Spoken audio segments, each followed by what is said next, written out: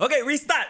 No count. NG. Not good take. Technically, we're live. Y'all can hear us already, right? Y'all absolutely can hear us. But we're gonna restart. Hang on.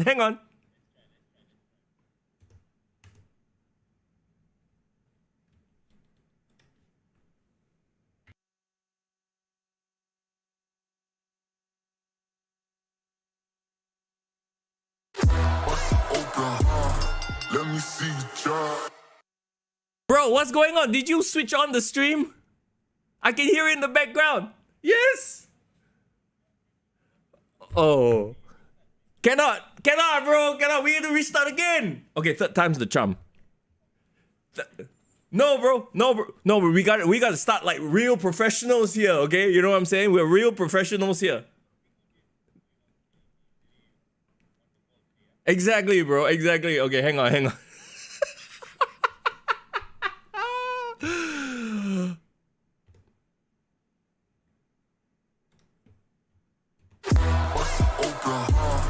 Let me see you try.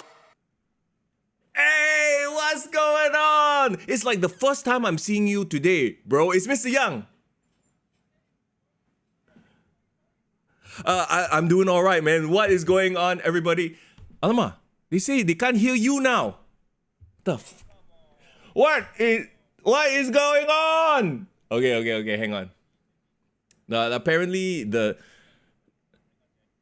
fans can't hear you. Okay, let me see what is going on here. Skype. Foreign's audio isn't in the building, bro. It's one of those days, everything fall apart. One happens. Yeah. Okay, wait.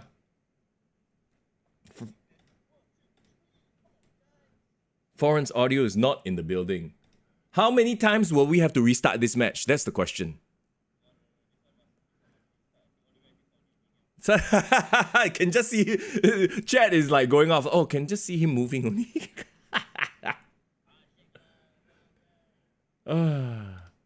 Okay, can you guys hear him now? Say something. Don't have what is going on? Okay, hang on. You know what it is? No, I had like a meeting just now. It screwed up all my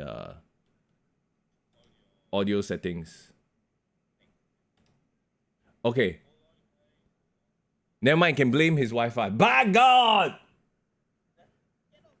Today I'm on a good Wi-Fi day. Come on, guys. Okay. I think Ken ready. Everybody, Ken, confirm. Faster confirm. Please confirm, guys. No, they said no. Sure not. No, they said maybe he's a bit back, a bit behind. This light piece guy. Yeah. Or you know what happens sometimes, right? Chat will throw you, purposely pretend. Yeah. Throw me under the table. Can you guys confirm? Can you guys hear me or not? Hang on, let me check. Okay, I know. I got a good sign language.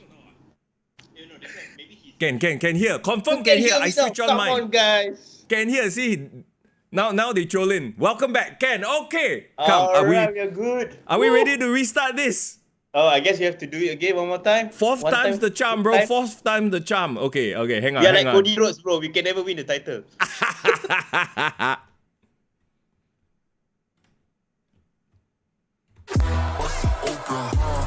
Let me see you try. Yo, let's go. Let's do it. It's Mr. Young. And it's for the fourth time in this building, bro. What fourth time, bro? Kayfabe, bro. This is the very first time there have been no technical difficulties whatsoever. Chat, hello. It's good to see everybody. Bro, this is the true dark side of the ring, bro. When shit comes up. Let me say hello to Faiz, to Seriously Sarah, to John Mouse. Is that right? Najwan, hello. Referee Ryan. Hello. So many people here. Faz, Like Peas. It's so good to see everybody. I mean, man. God, it's a party, bro. Yeah, I know. I gotta say, you missed out this past weekend. Oh yeah, man. Heartbreaks, bro. When I saw the venue when you were posting it, I was like, damn, it looks so beautiful, man. It looks so great. It does. It does. So, okay, we will get to all of what we need to talk to. But as always, if you haven't already followed us on the Discord, please do so. It's down there in the description. Come join the community, chat wrestling, WWE, AEW, even the Japanese wrestling that I don't watch. Got other people watch. Y'all talk about that stuff together. Find your soulmate there, maybe. Who knows? Who knows, bro? You never know. Yeah, man. Hey, the Discord's popping every single day. Shout out to people like Urfi who always like share stuff. I think a couple of you guys as well, Irvin. All of you guys is like keeping the wrestling news cycle going. Like, I don't even need to look at my email or notifications. Every day I wake up, open my Discord, all the latest wrestling news is there. So thanks, guys. Exactly. I want to shout out to our patrons as well: The Shadow, Rishi, Differalty, Irvin, Doc, and Saleh as well. Thank you so much for the support. As always, whatever you can afford is good for us. So look deep into your heart, but more specifically into your wallet, and see whatever you can afford, only what you can afford. We say thank you, much thanks for the patron support, right? Links in the description as well. Okay, we got to get down to business. Najwan says you had to take care of your bird. That is true. Because you were Oh, yeah, park, that's true, bro. The bird has to be taken care of. A happy wife, happy life, as Mr. Young knows, correct? Yeah, absolutely. I agree. Question. This new bird paradise, whatever, good or meh? Like, I haven't been to the new place. All right, okay. My suggestion, bro, don't go on the weekend. Don't go on school holidays. Go take leave. Go during the weekday when it's nice and quiet, bro. You don't like it when too many people see your birds, is it? Bro, too many kids with the cuckoo birds, man. All around flying everywhere, man. I cannot, man. I don't... Wait. He took it there. I just say bird only. He didn't got kids or... Okay. So, what's up? You missed the most sus thing. Foreign just said the most sus thing. Yeah. I get all the sus out of it. To be fair, it's beautiful, bro. It's amazing. It's like Jurassic Park, bro. Like the birds are roaming everywhere. Oh. Yeah, So but there's a huge ass net at the top of it, lah. So they really can't escape, lah. They can roam high only. Yeah, I was just about to say, how many times did people get shat on? Oh, I have no idea about that, bro. All I know is, right, they really have commercialized Birds Paradise so much. Like, the Bird Paradise, the cafe, like this like hipster cafe. There's this. It's called Birds of Paradise. Have you heard of it before? Oh, it's an ice cream joint. Yeah, it's an ice cream joint, right? I think they collab, bro, with the Birds Paradise, because like literally outside the place, it's like a whole row of like hipster cafes, and there's the Birds of Paradise right at the entrance. Bird Paradise and Birds of Paradise. It's like, okay, hey, our names like kind of the same. Okay, let's go. Let's collab. Yeah, man. I think all the people in the west side who live near Mandai might just go there just to lepak, just to hang out and have cafe dates, bro. West side, bro. West side. I don't know. I never west side one. I central side, whatever that bro, means. Bro, don't play gang signs here, bro. Don't scare everyone off, man. Please. Okay. Hey, Greg N-Boss is in the house. It's good to see you. Good catching up. Even though, we didn't catch up that much. We should catch up soon, bro. But, okay, let's get down to business, shall we? Let's talk about what we want to talk about here today, because this is going to be a crazy weekend as far as pro wrestling is concerned. We got WWE. I wanted to say Crown Jewel. No, it's Night of Champions. Night of AKA Champions. Not King of the Ring. No, aka Saudi Mania lah, basically. We got AEW Double or Nothing, and there's an SPW event on Friday evening as well, Merciless. And we will be chatting with Andrew Tang, The Statement, on a special episode that we are putting out tomorrow right here on the YouTube channel. So it's like we coined it a double trouble week of Kick to the Gut. Oh, yeah, man. And the best part is he actually called us in live from Japan. So he shared with us a bit of living as a gaijin there, training, going on tour with the like of the Jerry. So I think it's a pretty cool experience as well. So can't wait to hear about that for the rest of the fans listening in. And I have to say, man, local wrestling right now... We said this to death, I feel like, but sometimes when the wrestling that we like to watch, the WWE, the North American stuff, when it hits that lull, right, at least we have local, and in a lot of ways, I enjoyed myself so much more this past weekend than I have been for the past couple of weeks watching Raw, SmackDown, or Dynamite. Yeah, it goes back to like how you have like those big international bands, but sometimes it's just nice to go down and see what's up coming up in the local scene. Yes. And of course, I'm using a music analogy, but I think it works well for all kinds of art forms, including wrestling as well. Oh, absolutely. Irvin, what's up, man? It's good to see you. Okay, so we are going to talk about GrappleMAX's event, Settle Outside. Ironically, they were performing inside in Performance Studios. Like, have you heard of this place before, by the way? No, bros. Okay, I'm very curious because, of course, clearly in my line of work, I should know that there is a performance studio somewhere there. So is it like in Gilmart Road? Is it like No lah, in those? Or Kallang is it Way like a is- standalone building? Where is that? So, okay, it's like part of like an industrial area, right? I believe I mean, you guys can please correct me if I'm wrong, but they obviously, it's like a studio where they film things, right? And so there's this giant LED board at the back where they used to display the match card, the kind of stuff. And I mean, you saw the photos, there's the ring in front of it as well. And that is how it was shot, full on spotlights and stuff like that. It was very cool. The setup, the second I stepped in, because obviously I had no idea what to expect, right? The second I opened the door, I'm like, hey, siala, what am I? TV studio, studio taping, what's going on, sia? Yeah, okay. So it's like a sound stage, is it? It is a soundstage with a big old LED board. Like, you know how Disney, how they film a lot of the new Star Wars shows and everything, they have this giant dome full of LED or LCD screens, and that's how they make like the Mandalorian's backdrop, for example. Amazing. It had that vibe. Of course, not as like extensive as that, but you get my point, right? Got it. So, I mean, of course, across the causeway, we have Apex Wrestling, like, leveling up on their production. Yeah. So, I am so happy that GrappleMAX have leveled up their production value. So, if this is going to be, and correct me if I'm wrong, if you have the inside info on this, is this going to be where they're going to have their shows going forward once every few months? This is like, I think this is the first time they're trying this. Obviously, they are probably looking to do more, but it's not going to be the same like every single, like the house shows will still be at their home base, right?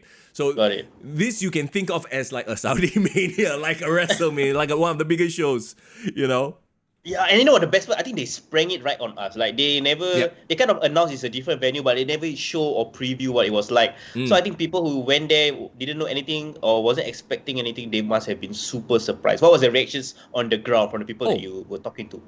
Funnily enough, right, I had a friend that I know, actually, I actually recommended GrappleMAX to him, right? And this was his very first show. Wow. And he was blown, he was telling me like, dude, I didn't expect this level of professional, I mean, obviously it's not Raw, SmackDown, AEW, but in Singapore we have this level, like, wow, he was blown away, proper blown away. Amazing. And I think, can you imagine that is their first impression of what professional wrestling could be in Singapore? Yeah, I think there's a return fan over there. There's a converted fan over there. Absolutely. Now, I unfortunately came a little bit late because Mr. Young has bad time management. But when I stepped in, immediately it was like, it's kind of a little bit foggy. Not really, but, because the lights are shining down, the spotlights and everything. And I came in right as Christian and Jordan were going at it. So they started off hot with the Cruiserweight title match. And I was, okay, to me, right, like, you know how I am. Yes, I appreciate good pro wrestling, technical ability, high flying. I appreciate all that kind of stuff. But really, when you talk about character work, that usually gets my attention. I mean, we talked about it so much, right? Like, honestly, at the end of the day, there will always be somebody out there who can do something probably better than you or equal to you, right? But what makes you stand out? Character, correct? And I was so happy to see our friend who we talked to last week, Jordan, sort of be this, I don't want to say evil Oppa turn bad, because that's the term we coined, right? And that's what he wants to get away from. But I'm like, bro, I'm scared of him, bro. He mean, bro. Bro, there's a storyline waiting for you right there, bro. And Oppa turned bad because of the pressures of being a perfect guy. Like, that's like such a great storyline, man. I mean, he could run with it, but again, if he wants to go down this evil route, he has that bit of danger in him. I definitely could see that in last week's episode for sure. Yeah, but like he said in last week's episode, it's not about him being evil, right? It's just about him believing in what he believes in, and he's just pissed off that he doesn't believe that Christian is quote unquote a worthy champion, lah. So, and it shows in the facials, in the way he carries himself, and we will get back to him in just a little while, because this is not the first time we see him, it was a hard-hitting match. Like I said, Jordan was full on healing it up, loved it. There was a point. Okay, the finish. Let's get to the finish, right? This gives Jordan a way out, by the way, because he did take the loss, but his feet were on the ropes and referee didn't see it. Classic. Okay, cool. So you're saying what? Christian barely got the win, so it was very Yes. evenly matched. Yes. I mean, okay, I think a lot of this match was highlighting Jordan and his sort of new demeanor, which I appreciated. And here's the thing, right? Like, I also noticed one thing about, and this is GrappleMAX as a whole, especially for this show, right? There was more of the storytelling as opposed to, like, you know how GrappleMAX back in the dojo, it was a lot about like the Japanese style, like, all right, like, you know, put on a fighting spirit match, not really too much on the storylines per se. But now you can see a product that's a lot more like, hey, yeah, it's storyline based, something you can follow week after week or month after month, that kind of vibe, you know? Yeah, so I'm just curious for the people, the GrappleMAX guys that's on the chat right now. Like, has there been a change of philosophy recently? Because previously it was about like branding yourself as like a school, where it's more about giving everyday Singaporeans a chance to kind of like live out the like wrestling lifestyle and make it a fitness lifestyle, and lesser about storyline that you mentioned. But then recently we have seen them leaning into that. So are they going to try to kind of separate it? For shows, it's all about storylines, and then also brand themselves as a lifestyle wrestling school. Well, also, if you take a look at like the stuff that they put out on social media, on Instagram, there is obviously an effort to do more produced videos, right? A lot of the produced videos were really, really good. You know, highlighting, people's strengths, that kind of stuff, depending on what their character is like. And there are really some very standout characters. And at the end of the day, that's what you take away with you, right? Yeah, yes, of course, everyone has to have the basic wrestling skills, be good in the ring, that kind of stuff, But ultimately, I walked away from GrappleMAX Settle Outside with like, oh, shoot, like, I have very high hopes for the future because a lot of these young guys are like, I'm seeing their personalities now, and it's like, oh shit, now I know who they are now. You know what I mean? Yeah. Quick question, Mr. Yang. Did you find out or not who actually gave the name Settle Outside? Who actually came up with the name? No, I did not. I did not ask, actually. Actually, all the GrappleMAX folk are saying, trust the process. Hey, I saw what you guys did at Settle Outside. I trust the process also, bro. You're a firm believer. Okay, I like what we're doing today because like clearly I wasn't there, so it's about you kind of like showing me what was good about it. So I think for those people who on the chat who didn't manage to catch Settle Outside, they can kind of get a taste of what to expect. So I think we should just share both your perspective and as well as what you think a non-viewer of GrappleMAX can expect from that as well. Right. Let's move on to the next match then. And so, okay, we hear Inglorious's music, right? And once again, the whole presentation is just fantastic because they got the whole, like, the graphics, the words come up and the names come up. It looks cool, right? And then you had Inglorious, like I mentioned. And Greg gets on the mic. He tries to fire up his guys, right? Remus and Hotshot, because they have a match later on. And then comes the line, get your shit together. What's that about? Ooh. Okay, so I mean, maybe a little bit dissension, maybe a leader not feeling his two guys because they've lost the past few matches, right? Like, I mean, Remus didn't manage to win the openweight title, all that kind of stuff, Okay. So, like, are we seeing a tease or hint of dissension between the factions? I mean, it was definitely a hint because they were friends after that lah. It was more of like, hey, what are you guys doing? Get your shit together, that kind of stuff. And that led to, though, interestingly enough, an End Boss Open challenge because Hotshot and Remus threw it back at him. Say, you don't even have a match. Why don't you have a match? Let's see you in a match. Bam, open challenge. And on this the spot. On the spot. And this is where I'm like, I see what you're doing, fam. You are hiding a grade 1 graduation match as an open challenge. Okay, correct me if I'm wrong. But okay, Ryan. At first I thought it was, referee Ryan is debuting, what? No, but it's another guy called Ryan, which now I want to know more about, right? Because I'm like, who is this guy? I've never seen this guy before. He wasn't advertised on the card. So this Ryan guy, obviously he's a young boy, he's a trainee. So I think on his Titantron, it's a Titantron, on his video it says grade 1 or something like that. But correct me if I'm wrong, but I believe this is a graduation match hidden as an open challenge. So they worked it into a storyline, which is very different from what they've done previously, am I right? Yeah, as Sir Who says, let them cook, man. That is very, very clever. I gotta give props to you guys for doing that, if that's exactly what it was. Yeah, so okay, it was a 5-minute match, as in, this is your classic heels. Like, he's so cocky, I don't even need more than 5 minutes, I can beat you in 5 minutes, you know what I mean? So it was that kind of match. And I mean, it's Greg. You know, he put him through his paces, sort of. Obviously, Greg's leading the match, right? But I mean, Ryan, you can see, and once again, for me, it's not about the technicalities. It's the facial expression. It's the does he look hurt when he's in a hole? You know, can he pull off the pain face, that kind of stuff? And I was like, okay, good for you, man. Like, if that's a great one match, I'm super excited for the future of GrappleMAX. Time limit draw. The student managed this to survive. So, I mean, we've seen that story before, but it's still a fun story to play out, you know? Yeah, wait. So how was this guy's performance? Of course, I mean, we want to judge him on a curve, right? Since he's technically quite new. But any flashes of potential? What was his style like?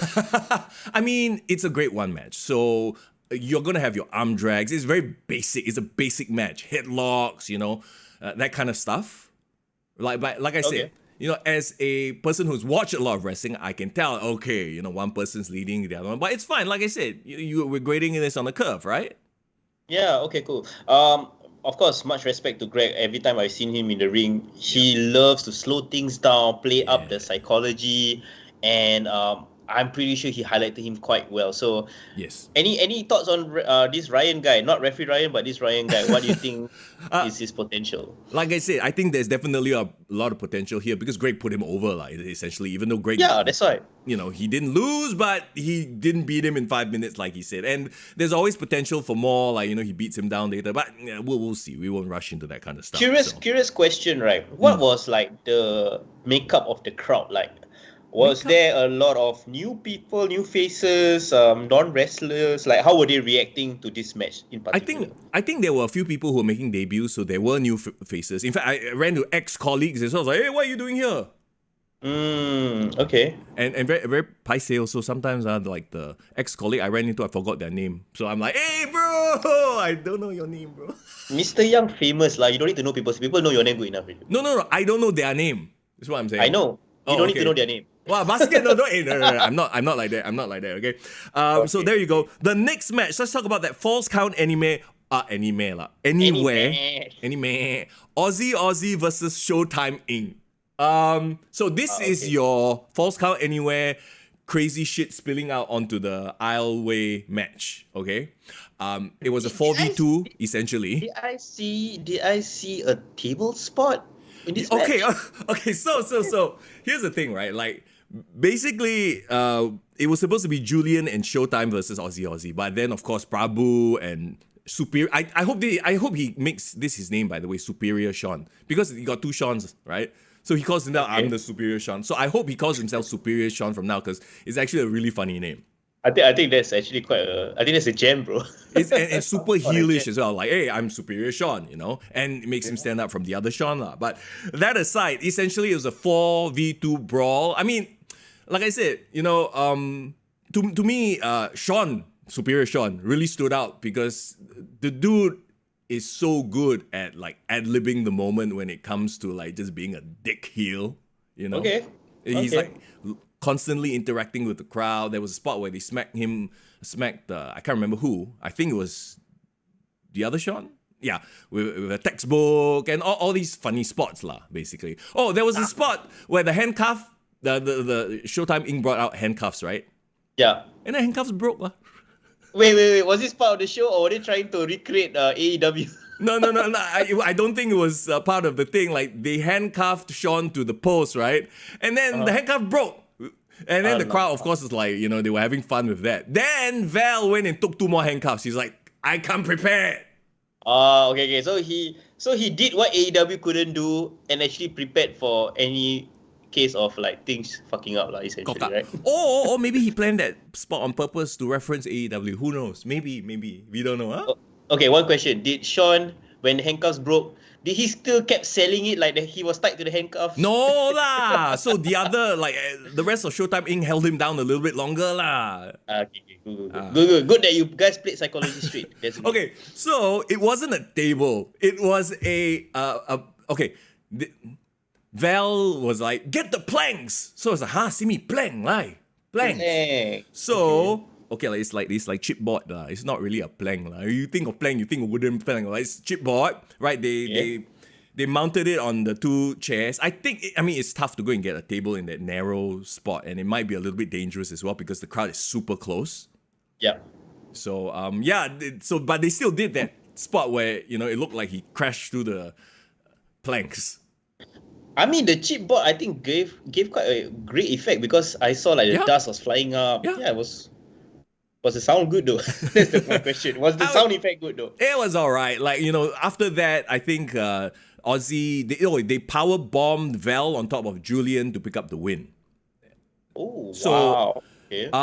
I feel bad for Showtime Inc., honestly, because this was a 4v2 and they lost the 4v2, so it's never, to me, that's never a good look.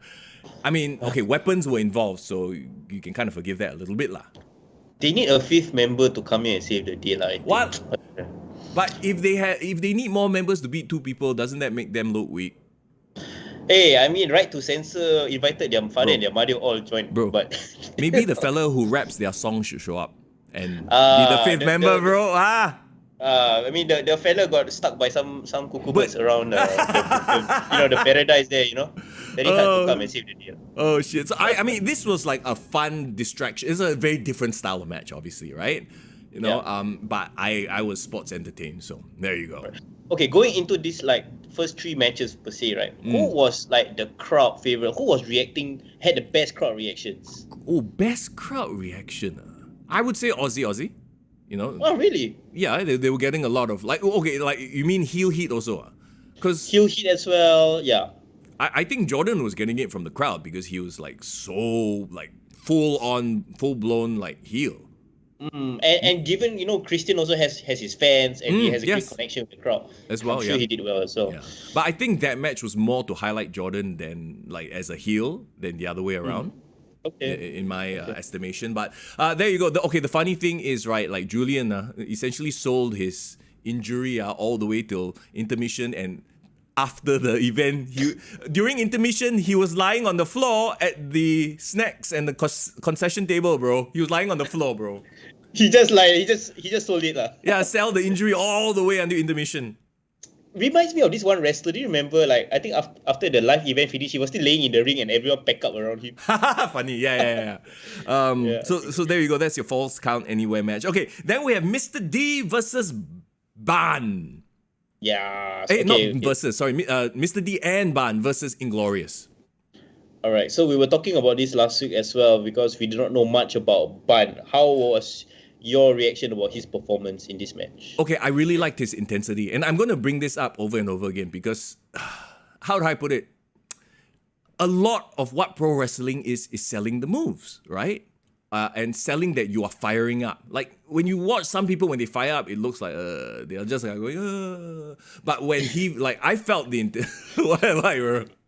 Bro, I don't know. It reminds me of that funny lah. Like 6:30 on, you know what I mean? Yeah. But I remember Ban's intensity when he fires up. I'm like, oh shit, here we go. He's gonna F some people up. You know what I mean? And didn't Jordan say he was like the first Cambodian trained wrestler, right? Yeah. Did he bring anything interesting in his moveset? I mean, that's a good question. To be honest, I don't know why I didn't pay attention to that. It doesn't stand out in my mind. It's more about his fire and and like the strikes were there and all that kind of stuff. There were a few spots that were kind of cooperation, if you know what I mean. Maybe it's just like not used to each other lah, But I mean that stuff is just stuff you can work on, you know what I mean? Okay, cool. Yeah. So, what about like their performance as a tag team? Like because Ban and D is, are they like what's their partnership like? I mean, to me, it's just two people together lah. I don't know any.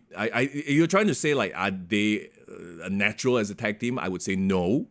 It's just two guys tagging together lah. Like obviously, Remus and Hotshot have more chemistry as a tag team.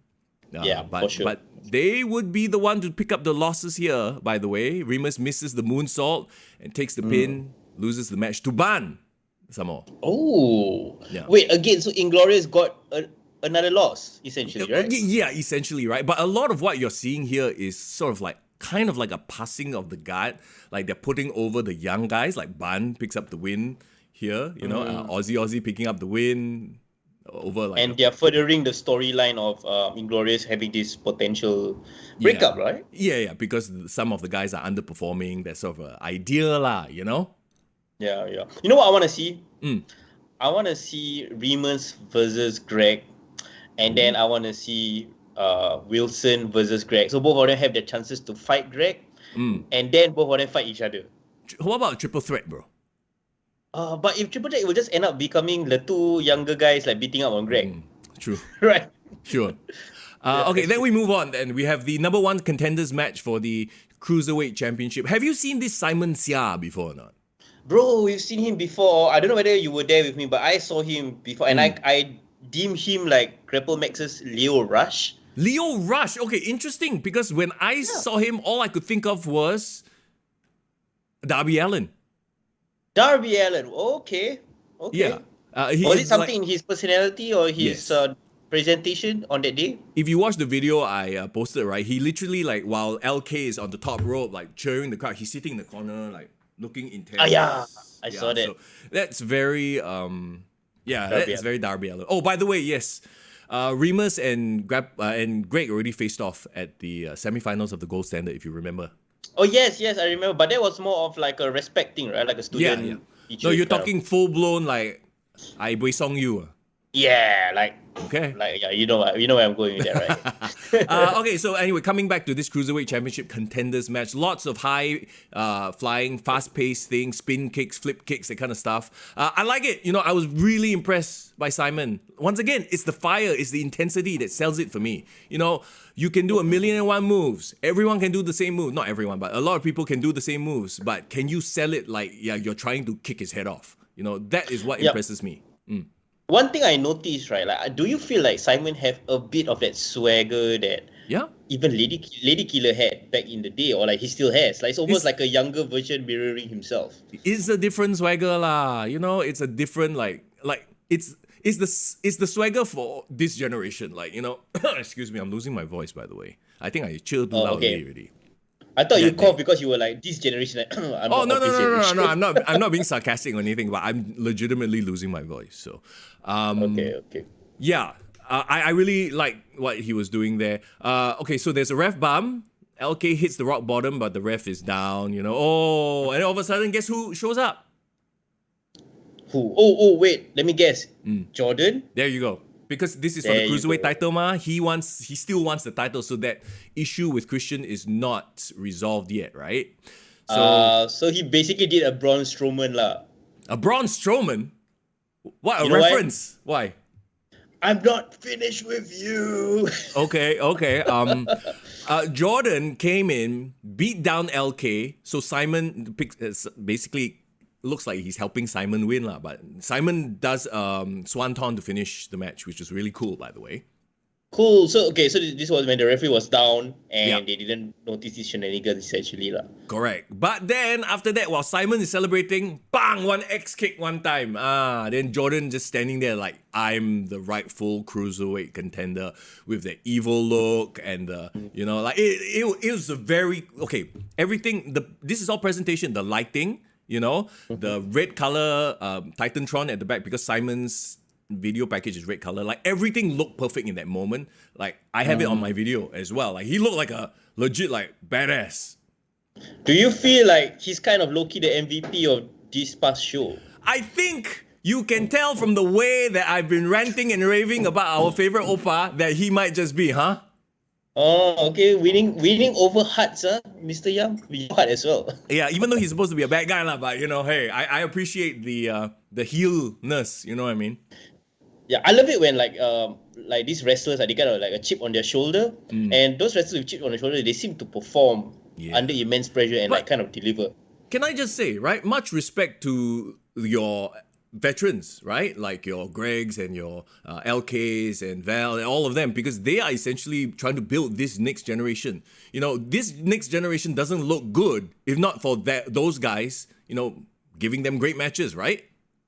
Yeah. Oh, that's true. And I think one thing great about GrappleMAX is they've always given back, and they've always made an effort to highlight like the newer wrestlers. Yeah. So like maybe somebody like Jordan, we didn't know anything about him before the pandemic.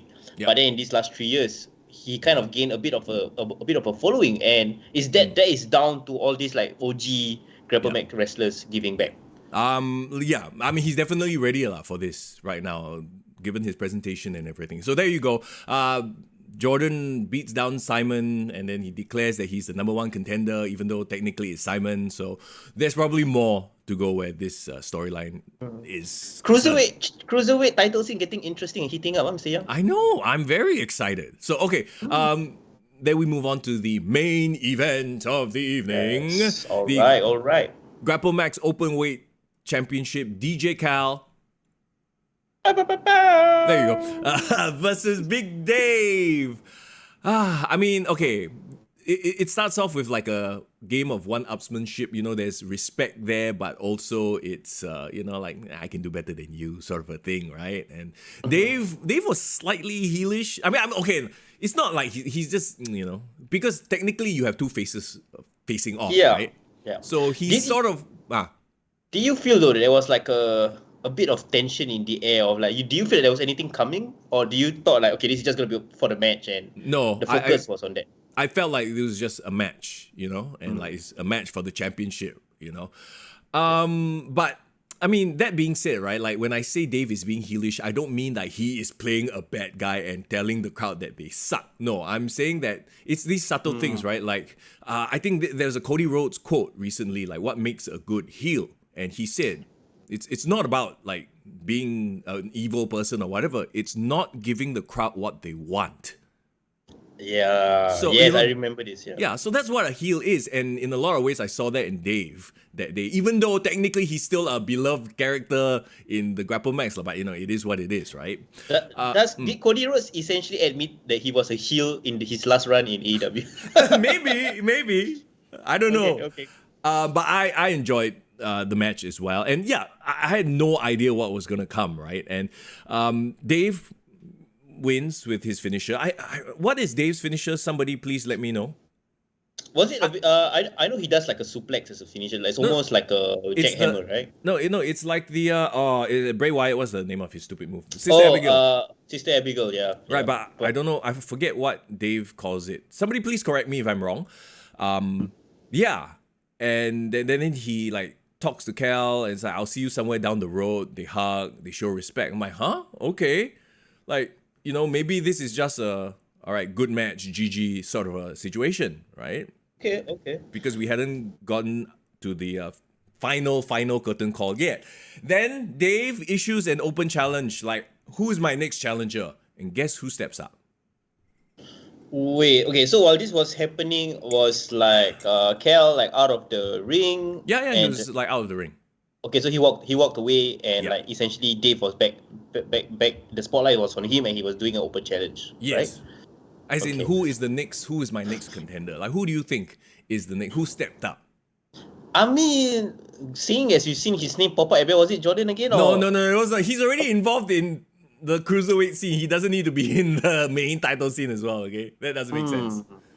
Who would it be? Okay, I was surprised. I was surprised here because he's part of a tag team that is like getting over right now. So I'm like, what? Okay. I know. I saw this. Was it Chris Jericho himself? YC? Chris Jericho himself. Lionheart version. Oh my god. Oh, Dave says it's called Twisted Sideways. Okay, there you go. It's the Twisted Sideways. I like it. Nice. Okay, we'll remember that. That's a cool thing. Yeah, it's YC, which took me by surprise. I was like, huh? Aren't you in a tag team? So wait, and he came out alone. He came out alone. Yeah. No, he came out alone. Oh, okay.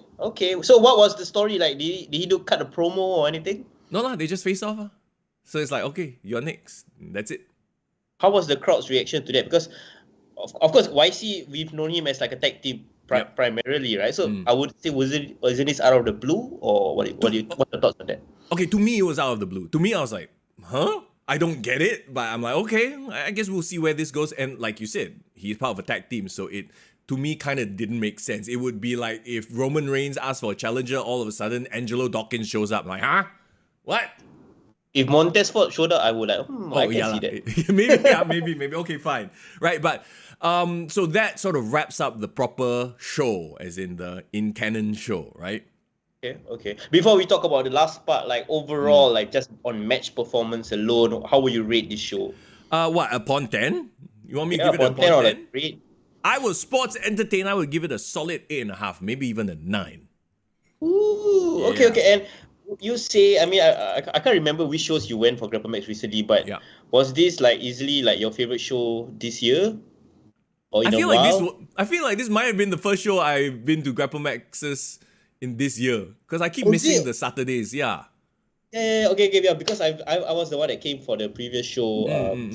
Yeah, okay, cool. But that's why I said you missed a good one because of the venue, and I mean it's no secret lah. Presentation raises the bar by at least, like, you know what I mean. Like you Yeah, give it one for extra sure. grade just for presentation alone. Yeah, for sometimes. sure. And no, I'm just so happy that they elevated themselves and had this venue. Yeah. And I think if people see it, they will be like, okay, I definitely want to check that out. I mean, nothing against the Tampines venue, and Yeah. I feel like that's a great grassroots location. And like you said, if they were to do their like their preliminary shows or like their smaller scale shows, But there, okay, so and then with build towards that. that venue as well, you can have other activities which they've done before, like they did in the previous one, right? Like the quote unquote the house party one where they have wrestling tryouts, they have video game contests, that kind of stuff. Like that place would be perfect for it. As in the Jim Craft place would be perfect for that sort of carnival vibe, I guess is a way to Yeah. put it, right? Because in a TV studio it's hard because the TV studio itself is not that big. So what are you gonna do? Have carnival by the side of the road? Cannot, right? So one thing I like about GrappleMAX, I think through the years, they have been very open with experimenting where Yeah. they hold their shows. They had it at Night Festival. Remember, they have it right outside Singapore Flyer before, right before the pandemic. I remember that. So I am not worried about how they present their show, but it's more about like how they structure their calendar of shows throughout the year. Well, yeah, and they plan quite in advance, and I mean, to steal their line, I trust their process as well. I mean, like I said, a lot of this show said to me that it is them highlighting their younger talent, and it's always important for any wrestling any wrestling or any media company to highlight their young talent and not just same old, right? So just by like, who are the standouts to me in this one? It was Ban, it was Simon, it was Jordan, obviously Oppa. So just that takeaway alone, I was like, oh crap, it's all like new guys.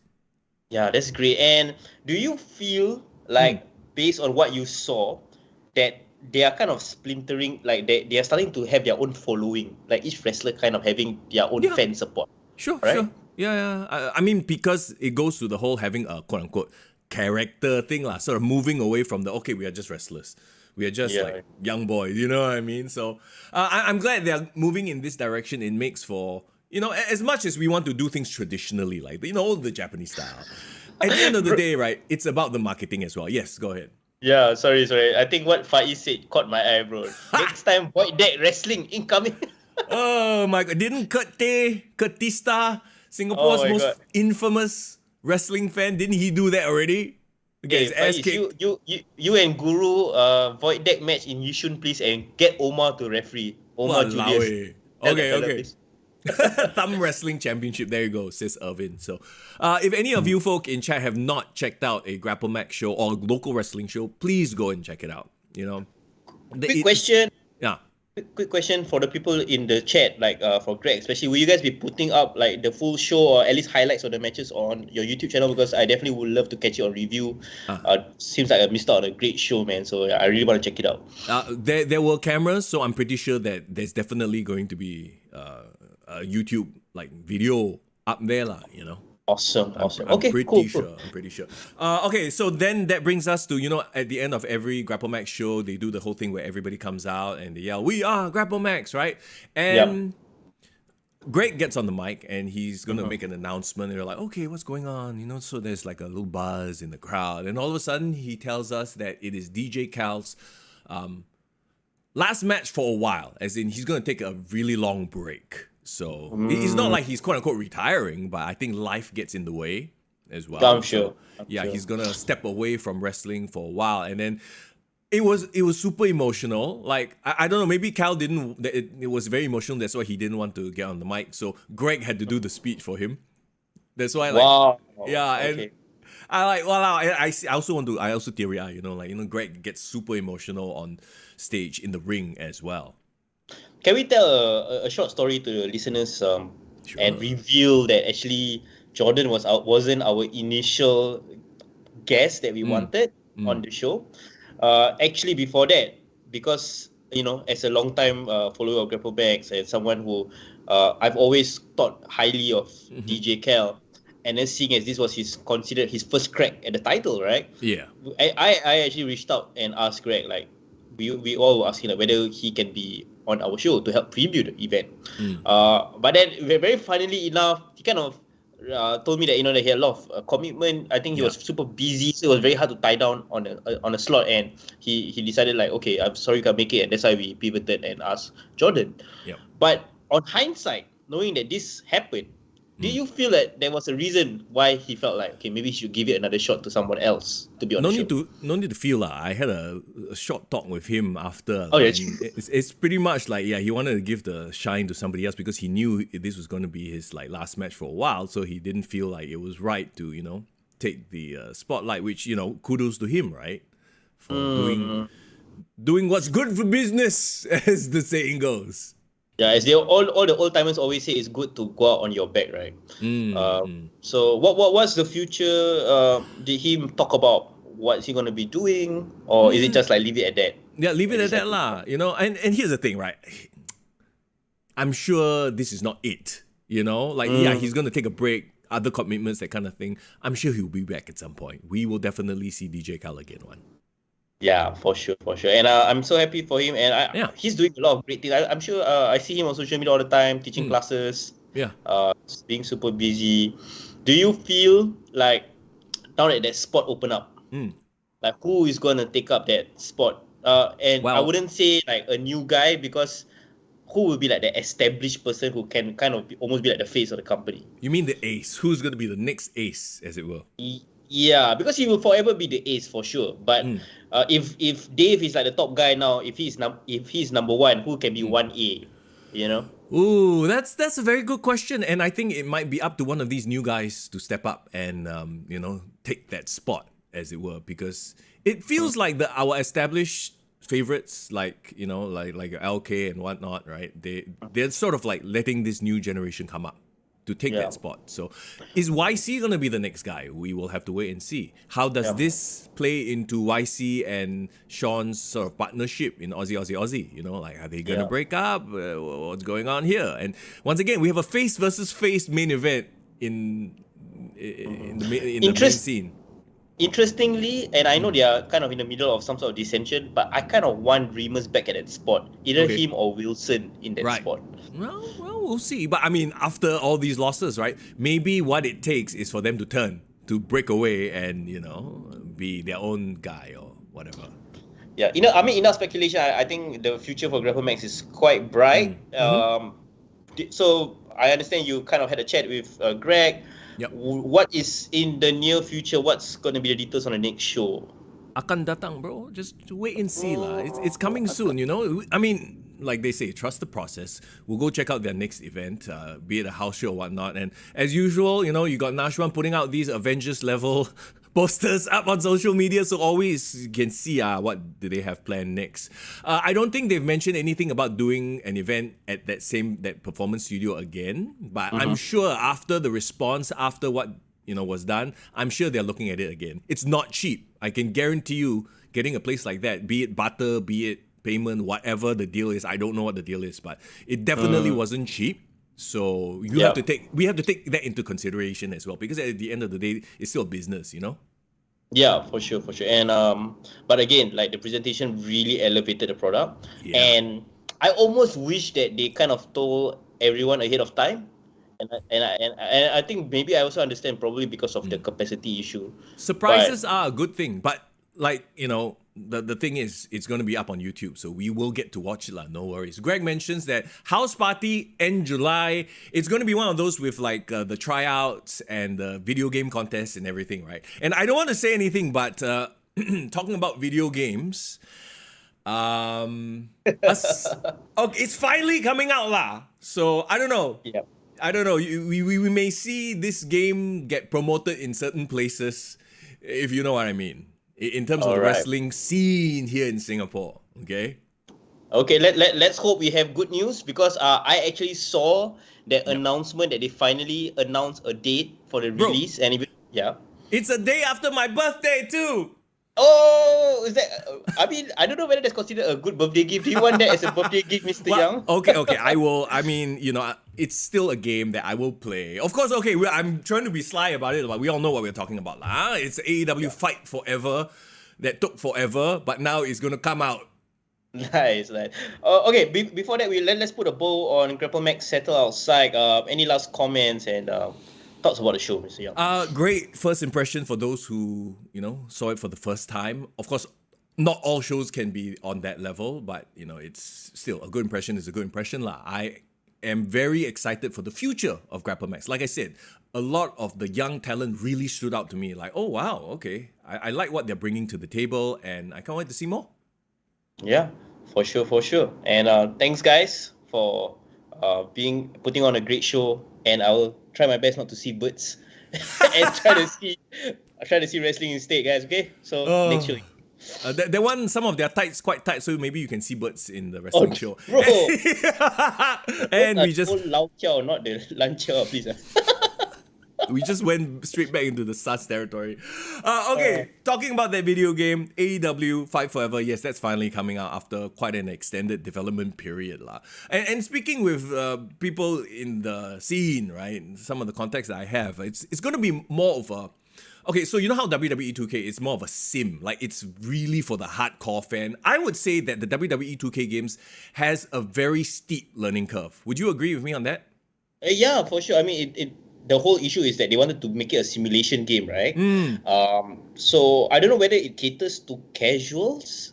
Definitely. Not Like, you mean 2K23? Definitely not. I would say that if you are casual, you are not going to be able... You can button mash, but it won't feel the same.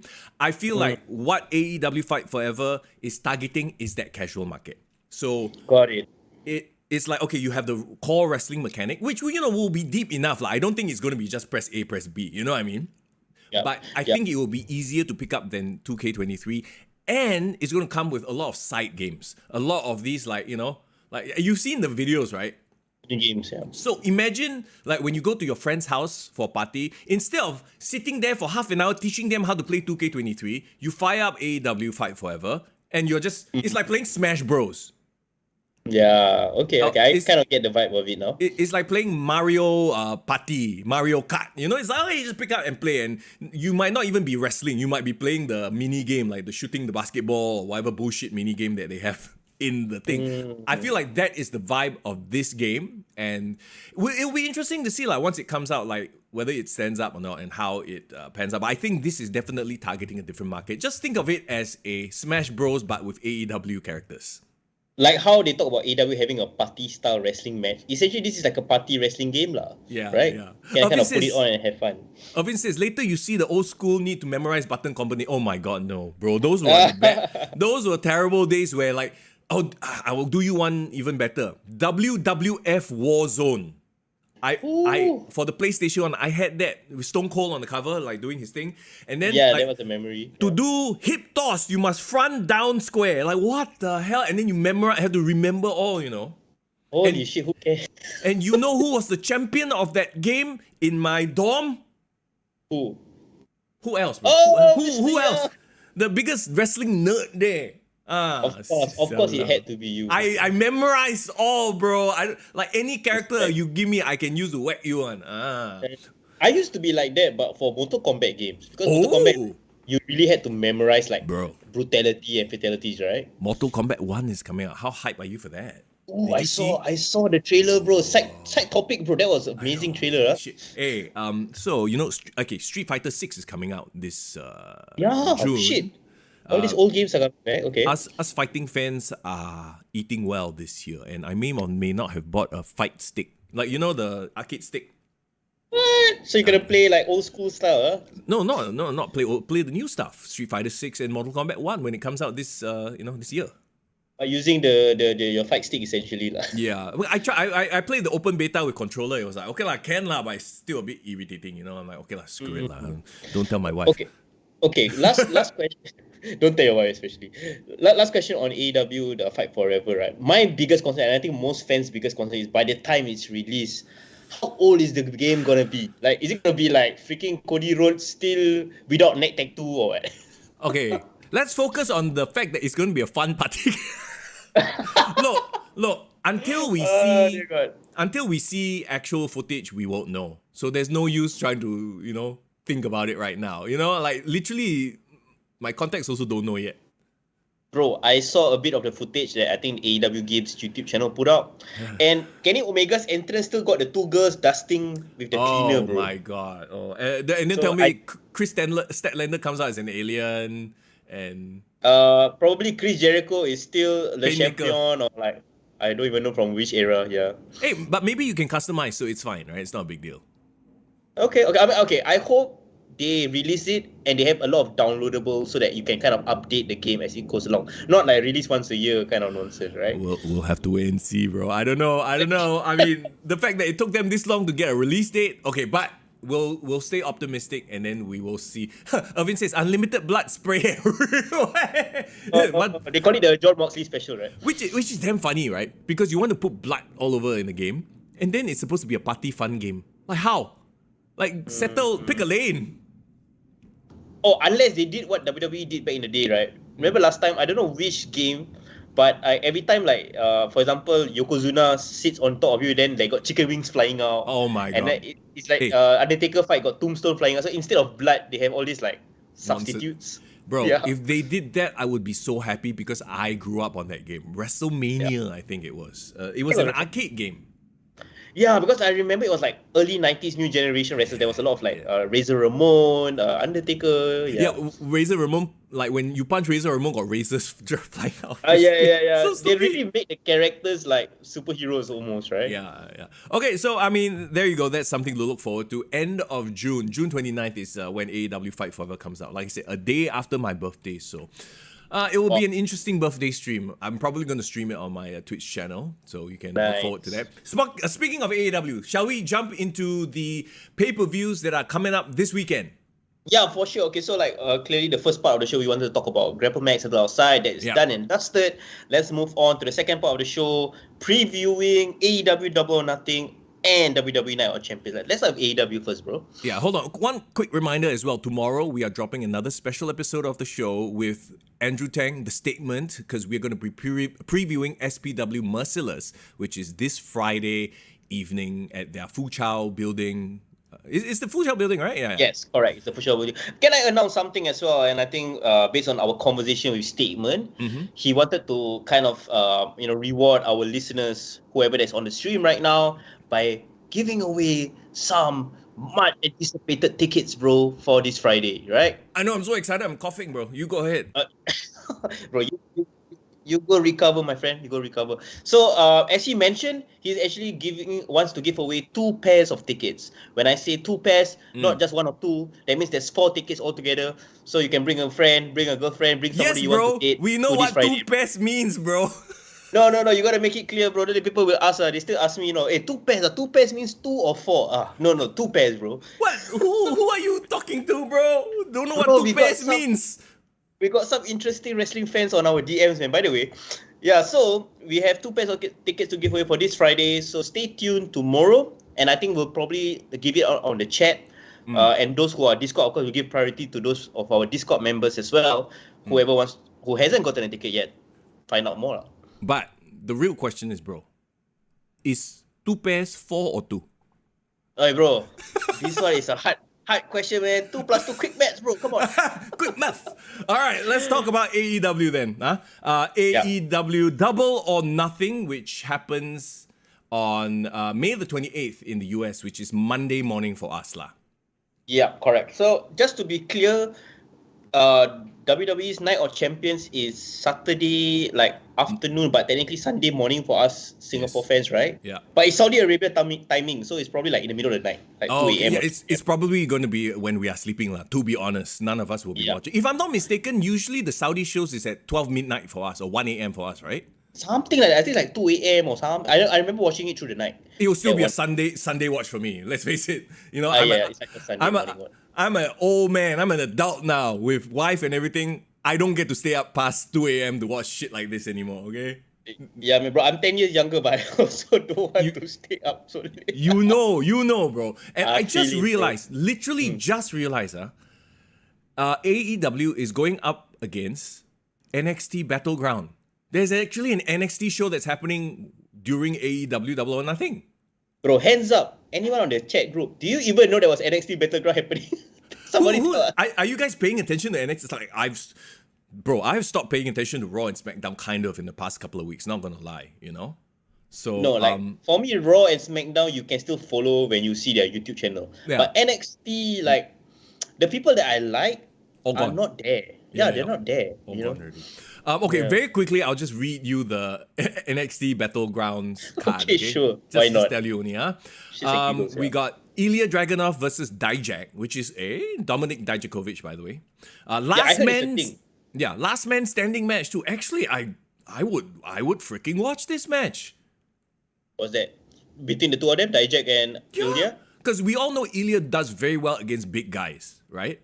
Yes, Kunta being one of them, yes. Yeah, and Dijak is a huge guy. He looks badass, and this is his last man standing. I don't know if they needed to go all the way to a last man standing. Like I mean, it's a bit much, but it's Shawn Michaels being Shawn Michaels, huh? Yeah, okay.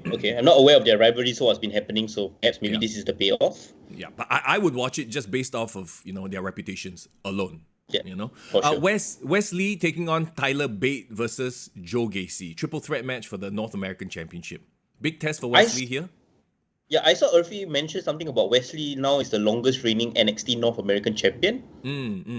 I think there was a thing where Tyler Bate and Wesley were friend, but then all of a sudden Tyler Bate is like, hey, but I want your title. So there's got that vibe where, you know, like when two faces are actually friends, but then like they go insert themselves into a title match because they want the title. And then of course Joe Gacy is Joe Gacy lah. One thing I must say, right, like even though we don't follow the day-to-day storylines of NXT, I feel like their PLE or like their takeovers, they do have very intriguing matches if you know them by their reputation. Yeah. Which goes to show like, hey, they've done a good job of establishing who these characters are, you know, and they're just not just work rate people. They're like, oh, okay, interesting character here, there. Okay, this one, Noam Da. Do you remember Noam Da? Of course. The Still cruiserweight alive. guy? Good. Yeah. Versus Dragon Lee. Dragon Lee. Okay. Formerly of AEW. He was there for a cup of coffee, if you remember. Yep, CMLL as well. This is a British Rounds rules match for the NXT Heritage Cup. Simi F is this? Will you bother to find out what it is, or are we just gonna see the results? I think I wouldn't mind watching, but there's a lot to watch, so I'll probably take a look at it, like, you know, in the background, sort of a deal. But yeah, for sure. Interesting. Yeah, it looks like an NXT UK thing, to be honest. Like, you know, Heritage Cup, like a giant ass trophy. Let's move on. Tournament final for the vacant NXT Women's Championship. Roxanne Perez or Tiffany Stratton versus Cora Jade or Lyra Valkyria. Okay. Quick question. The last time I remember, Indy Hartwell was the NXT Women's Champion. Yeah. Did she have to relinquish it because she was pushed out to the main roster? Yes, I believe so. I believe she relinquished her title. Okay. I thought it was because of her injuries, but it's because of that. Yeah. Interesting. I think it might be Tiffany Stratton's turn because she's been getting a lot of attention. She looks amazing. She's essentially Mandy Rose 2.0 lah. Sure, she's a built, jacked Barbie doll, essentially, right? Yes. And I think she's the type of like star that will get eyeballs immediately. Okay. I think Cora Jade and Roxanne, they are a bit, not say played out lah, but you know, they've had their chance. They've had their go around at that main title already. So, but do you feel Roxanne is like a bit like, how to say, not a bit of an uncrowned champion, because she had a run with it, but it wasn't. Yeah. It kind of got cut short, right? Yeah. I don't know. And if I'm not mistaken, Lyra is a face as well. So I don't think they're going to go like Roxanne Perez versus Cora Jade, because that's been done before, right? Yeah, not too much aware of her as well. Okay, my call is Stratton Tiffany Stratton, but there's not much to talk about here because we haven't been watching. So let's move on to main. Continue, sir. Main event: Carmelo Hayes with Trick Williams versus Braun Breaker for the NXT Championship. Yes, him Him, indeed. Yeah, this time a heel Braun Breaker. And once again, like, I don't know, man. Even though I love the two of them, I haven't been paying attention to this feud. Like, so. I haven't seen a lot of heel breaker yet. I just know that he's wearing black, as all heels do. But whether he's killing in that role, I'm not too sure. But Are you saying you are a heel? I mean, I'm always the heel, bro. I'm always the bad guy. Come on. But Braun Breaker, the longer I see him, right, the more I feel like I'm worried for him if he go on the main roster. Yeah, I know what you mean. He does seem a bit one note, which is why I'm glad they decided to keep him in developmental for a while to work on this heel character. You know? Yeah, there's some people that you know, like LA Knight. Yeah. This guy doesn't need to do developmental for too long. Yeah, He's ready, right? He can But then do there are some- whatever thing you give him. Yeah. Correct, but somebody like Braun Breaker, if he were to get a Max Dupree gimmick, right, I think he will just get fired already. Yeah, no, You he know will what I be. mean? Yeah, exactly. He will be dead in the water. He would flounder at trying to pull off Max Dupree, and then they'll be like, "Oh no, you can't do anything with this. You gotta go." Right. So it's smart. I think it's very smart that they didn't call him up because he needs Keep a bit him. more time to develop more dimensions, so that when he finally graduates to the main roster, if they want him to be this thing, he can be this. If they want him to be something else, they can be something else. Yeah, that's why as much as NXT doesn't get as much attention, it is still a crucial part of the building process for the next generation of stars. I think Oh, they for need sure. to go through that system for sure. Hey, Fias Grinder, what's up in chat? He says he bought of Braun Breaker. Same, bro. See, that's the thing. I think, that's why they had to turn him heel, because they realized the ceiling as a face, unless he develops a different type of face, but it's hard. lah. He's a Steiner at the end of the day. Yeah. He should just do Steiner math. I think that... Yeah, that was the thing that made him interesting, right? Because the fact he's related to a Steiner guy. Yeah. Okay, so they, NXT, are going head to head with AEW Double or Nothing. Here we go. And I would love to know from chat, right? Let me know if you're actually ordering this, buying this on Fight or not, because I've said this many times. I've stopped paying attention to Dynamite. It's very hard for me to watch because it's just. I can tell you now up front, I haven't been watching Dynamite and I'm not ordering this pay-per-view for sure. Wow. Okay. I mean, I try to keep up, but every time I do, I find myself like going, "Why am I wasting my time watching this shit?" And this is not Mr. Young bias against AEW. We've established this many times. If it's good, I'll watch, but it just really has not been. And I consider myself an AEW fan. Yeah. Like I bought into like everything that was what they believed in, right? Like an alternative to WWE. Yeah. I bought the first All In. I was super excited when they were announcing 2019 all the stuff that came along, and I really supported them. But I feel like, and it's not even since CM Punk left. I think since probably like end of last year after MJF became champion. yeah. I do not know whether the company is distracted or there's too many things going on behind the scenes, or like Tony is planning too much for Collision or whatnot, or the Wembley show. But I just feel like the product hasn't been focused at all. Yeah. I think it's everything you just said. Yeah. Like Tony Khan is definitely the main culprit there. And not that I'm saying, he's such a bad, lousy person or what. It's just he cannot take on everything. He needs to entrust the roles to his generals and let them do it. People with the, experience, right? Instead of trying to book everything. And it shows in his booking. It's all over the map. So anyway, let's just run down the card, all right? And we got Adam Cole versus Chris Jericho. Your guy, bro. How has your guy been all this while? It's an unsanctioned match somehow, unsanctioned match. Really? Yeah. Oh man. Okay. Because of the stuff with Britt Baker, she got injured. Like, they even are selling a shirt of her bruised eye and everything. I know it was a thing, and I know Roderick Strong recently came back, and correct me if I'm wrong. Roderick actually got the victory over Chris Jericho, like in one of their Falls Count Anywhere match. Is it? I remember like Roderick Strong came back, but he's not the main focus of this feud. It's Adam Cole. Yeah, he came back, and his debut match was in like an 8-man together with Adam Cole against JAS. Yeah. And then he actually challenged Jericho to one-on-one Falls Count Anywhere match last week. Mm-hmm. And because apparently Adam Cole was banned from the arena, right? Yeah. That's all well done and good. And then, of course, Adam Cole appeared somehow to distract Jericho. But is it the right decision giving Roderick the victory? Because Jericho lost, basically, ahead of this showdown with Adam Cole. That's like telegraphing the winner already, right? Right, yeah, that Jericho's gonna win, because he has to, 50-50 booking lah, right? Um, Here's the thing, and I feel bad for Roddy, but to me, it feels like he made his big return. The crowd was flat as F, and him winning in an 8-man cluster F of a match is not gonna take away from the fact that he's not coming in as a main star. He comes in, that's true. he's Adam Cole's sidekick. Just because He's he gets back a win. to where he started, essentially, right? Yeah. So he's like, I'm back. Oh, look at me. Nobody paying attention. Okay, never mind. I just, and no matter how you go and give him a pin in an 8-man tag, it's not going to make a damn difference. It's about the perception of it.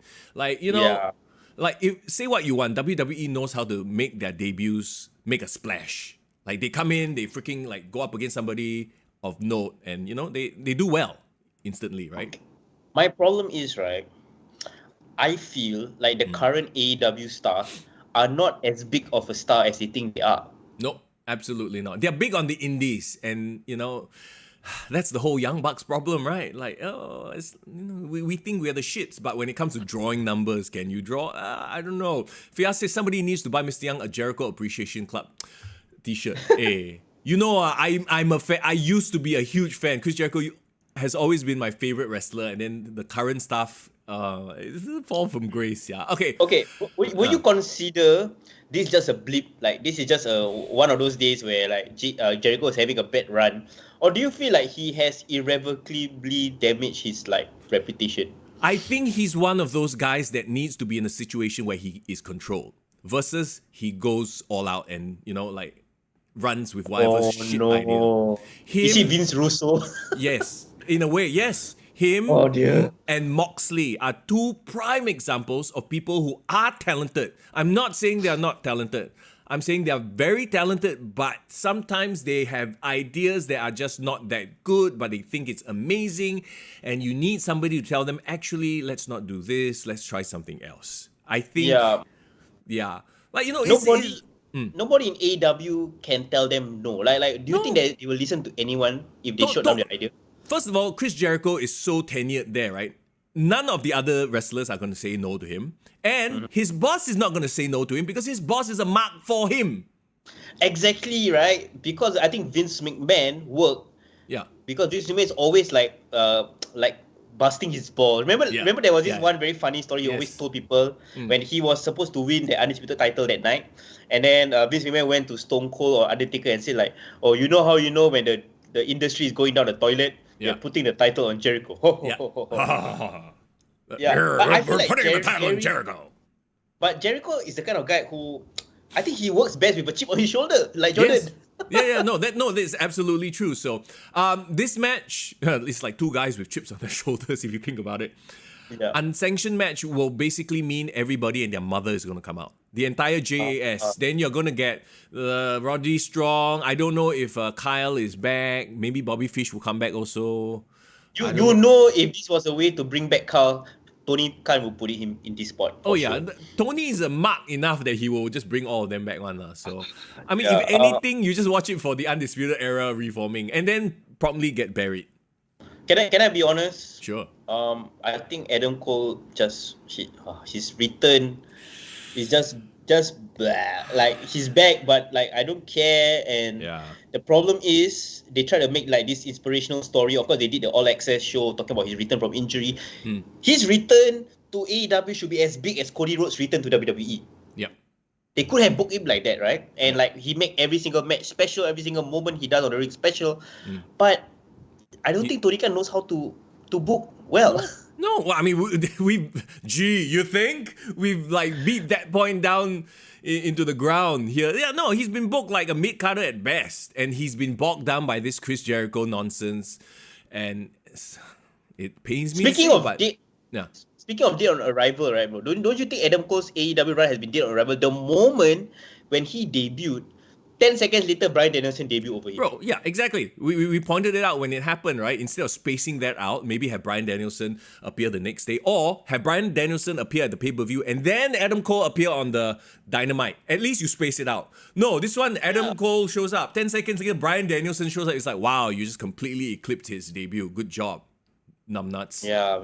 Yeah, so like right now, going into this match, double or nothing, I would say it's like super cold. It's a cold Yeah, match. it's quite cool. I'm not interested in it, unfortunately, because it's two names. Like Adam Cole was the hottest when he was at NXT. Remember when it was like, boom, Adam Cole, baby, like he was hot. Now he's flat Yeah. as. Oh my god. Let's move on. But Let's move on. I argue that sorry, his song in AEW is actually much better in my opinion than the Undisputed Era song, and Oh right. his crowd reaction is actually much better because of the song. But they're not capitalizing on it. They are like relying on it as Yeah. opposed to creating stories beyond it. That's cute, but yeah, exactly. This is not a video game. This is real. Like, well, then again, you have a bunch of video game. I was about to say you have a bunch of video game nerds running this shit. Nothing against video game nerds, because that's what I am, and a lot of us are here as well. But yeah. Anyway, It is what it is. All right. Ethan Page and the Guns versus the Hardy Party. Jesus, what is this horse shit? Hardy Party. So that's what they are calling the Hardy Boys and Private Party. Yeah. So no, it's only Isaiah Cassidy because I believe the other fella injured. Ayo. Okay. So Okay. So it's a 6-man. 6 men, Isaiah Cassidy, Jeff, and Matt versus Ethan Page and the Guns. Again, another big return of an iconic name, but the problem is they bastardized the Hardys to a point where I don't care. Like literally, I don't care about this match. Didn't they do the firm deletion on a Yeah. rampage Yeah, when yeah. they know that nobody watches the rampage? Nope. So they bastardized the deletion, final deletion concept, which was the biggest thing on wrestling a few years ago. And okay, maybe this is hot take, but this whole compound film deletion shit, I think it's played out AF. It was Yeah. cool. It was cool when it was in TNA and nobody did it. And then the cinematic match became a thing. And then WWE has done it a few times. They tried to do it again with Matt. It didn't really work out. And then now they tried again at AEW. It's like, oh, it worked once because it was novel and it's done. Yeah. It's the same issue with Orange Cassidy, right? Like it's funny the first time, but you Yes. repeat it so many times, it's like whatever, right? Yeah, and there's nothing. The problem is also there's nothing new to it. Yeah, you can have that gimmick, but like if you're constantly coming up with some new wrinkle to it, then yeah, I guess. But beyond it is a joke, right? And this match is a joke, and there are more stipulations, bro. There are more. If the Hardy Party wins, Matt Hardy will own Ethan Page's contract. Like, shut up, stop it, Bro, enough. no, you know that they played this whole story actually almost like 3-4 months where the firm owned Matt Hardy's contract, Yeah. but I tell you nobody cared. Like nobody was following that storyline at all, bro. This is so sad considering you have the Guns who are the most, like you talk about the most potential in this group. It's the Guns. Yeah. Ethan Yeah. Page, Ethan Page give up already. Like I don't care if it's a booking or what, but remember when we were like, actually this fella got a lot of charisma. Actually, he's not bad, got chance. Now he's been doing all this bullshit with the firm and the what's the fella Stokely Hathaway and all that, and then now he's dealing with like, oh my god, he's to me like. To be honest, Dead in the I water. felt like MJF like screwed them over. You think so? Because remember when MJF first returned, he was supposed to be aligned with the firm, right? Oh yeah. But somewhere along the way, they went away from that original idea. I think maybe because of whatever CM Punk did, right? Yep. And they kind of like separated MJF from the firm. But then because of that, the firm was dead on arrival. Well, Right? I mean, to be fair, they were kind of already dead on arrival because of multiple reasons. Considering who is in the firm, you have this giant big cast and you couldn't even get him over. Frick lah. Poor guy. Don't. Yeah. All right, let's move on. Let's move on, yes. This is painful, bro. Jade Cargill versus Taya Valkyrie for the TBS Championship. Who cares? I mean, Jade Cargill is the forever champion. AEW fight forever. She's the forever champion. Remember, last time it was Cena wins lol. I think this is Jade Cargill winning lol. Like But whatever, man. We know she's gonna win. Yeah, but at this point, like, I don't even care that she has this unbeatable streak. Remember when Goldberg had his unbeatable streak and it was a thing? Yeah. Yeah. Like- the problem is an unbeatable streak and undefeated streak is supposed to build up the hype and the momentum. Yeah. But I feel like with Jade Cargill, it has caused diminishing returns. Okay, this is weird to say, but it's now a burden on her, I feel. Yeah, like release her from that burden, bro. Let Yeah. her loose. Yeah, because you literally can't book anything interesting now that, she's winning. Like, I guess maybe Taya Valkyrie as a, as a character, you could see her as a potential threat. But really, even like the way she's been portrayed, Taya Valkyrie, it's been like, okay lah, I don't think she's gonna take the title off. And it's not hot. This is a cold match as well. Would you book Taya to win this TBS championship? I would. I feel like she would do a lot more with the title and maybe start fighting other people and elevate. And, I mean, but we all know there shouldn't be two of these titles. The women's division is thin as it is. And this is the biggest problem with this quote-unquote Jade Cargill title. Their division is so thin. She fights in such a small pool. And it's always with people who just come and go, rotating door of nobodies.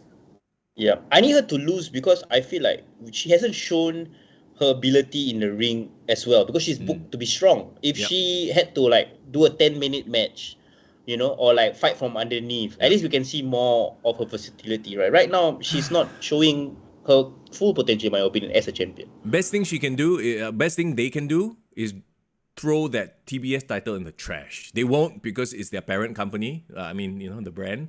But just, I don't know, merge it or whatever. That title is useless. You know what I would do? Who is the freaking champion right now anyway? It's, what's her face? Jamie Hayter, right? Jamie Hayter, yeah. Jade Cargill versus Jamie Hayter, unify. Don't waste, stop messing around with this stupid women's division already. Problem with Jade Cargill, I think her charisma and her promo skills are much better than her wrestling skills. Yeah. Like we know her, like she's badass, she's proud, black woman, you know, all those kind of things. And why not use her on the ring? Because my most memorable moment of Jade Cargill, do you remember what's her most memorable promo she ever did? I'm that bitch. It's not her that was cutting the promo. It was Brandy Rhodes. Remember? Yeah. Remember, who the hell do you think is Fight Night? Open mic night. Do you remember that? Yeah, I do. So like I feel like having her causing all these like Maury moments, you know, Jerry Springer moments. That's the thing that will make people watch the show. Jade Cargill needs to be that sort of unstoppable monster that keeps getting screwed out of winning a title. Whoever is the champion just ducks her over and over and over and over until finally she can't get out of defending the championship, and that's when you get Jade Cargill to take the title. But at this point, Jade Cargill has been the champion of a division that means nothing. So, okay, there you go. She needs that Bret Hart whining run, you know, when she was a whiny heel in 1997. Like, I like her to be like that. Who, Jade?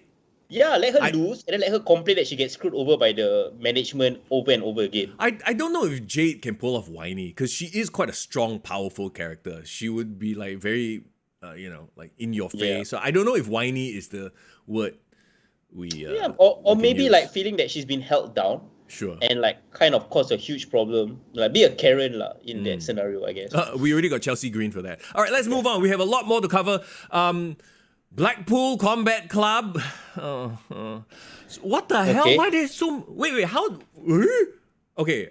Bryan Danielson, Jon Moxley, Claudio Castagnoli, Wheeler Yuta, and Shota Umino. What is Shota Umino doing in this match? Okay. And against the Elite? I clearly haven't been paying attention. Versus the Elite, Kenny Omega, Matt Jackson, Nick Jackson, Hangman, Adam Page, and Konosuke take a shit. Okay.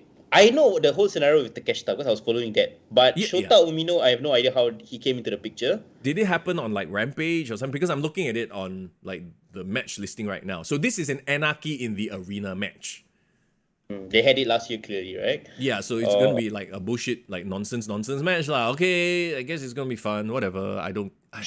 I am so bored of the BCC, BBC, whatever you want to call them already. Bryan Danielson, the best freaking worker you have there, modern style, and amazing on the mic.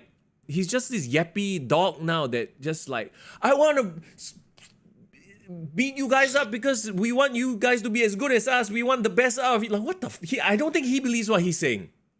Do you think that BCC, where they are at now, is actually the biggest disappointment in AEW? Yes, I would agree because, and Jon Moxley, like we don't have to go there again. Claudio is like this uber talented guy who's just basically a mute bodyguard at this point. Yeah, like you literally had what potentially could be the bloodline storyline in AEW, right? You literally have the best so-called biggest names, Bryan Danielson, Jon Moxley, Claudio, all running the show. Why are they not highlighting each one of them in their own special way? Why are they not having dissension among them? I've never even seen a backstage segment where Bryan Danielson like disagree with Moxley. The moment they turned Bryan Danielson back heel and everyone followed along, just became heel for the sake of it. It wasn't explained. So like I don't have any. I don't identify or feel connected to this storyline at all, which is such a shame given the talents involved. Look, I put this squarely on the fact that they're working a program with the elite who don't know how to build a television program to save their lives. As much as, you know what I mean? And at this point, can you even argue otherwise? Name me one Young Bucks feud in the past however many years since AEW has started that really stood out to you. That they weren't just doing their same old with people they do the same old with. Okay, the closest, and I thought like the one that actually they showed some form of long-term storytelling was Hangman's eventual chase for the title the first time, right? Sure. Like, I thought there was an effort there, but again, if you count that as one, and they've been doing in this company for like 4+ years, isn't it like a bit of a waste? Like they are not. Yeah. They're supposed to be putting over new stars. Okay, another thing. They talk about building the best tag team division in the entire industry, right?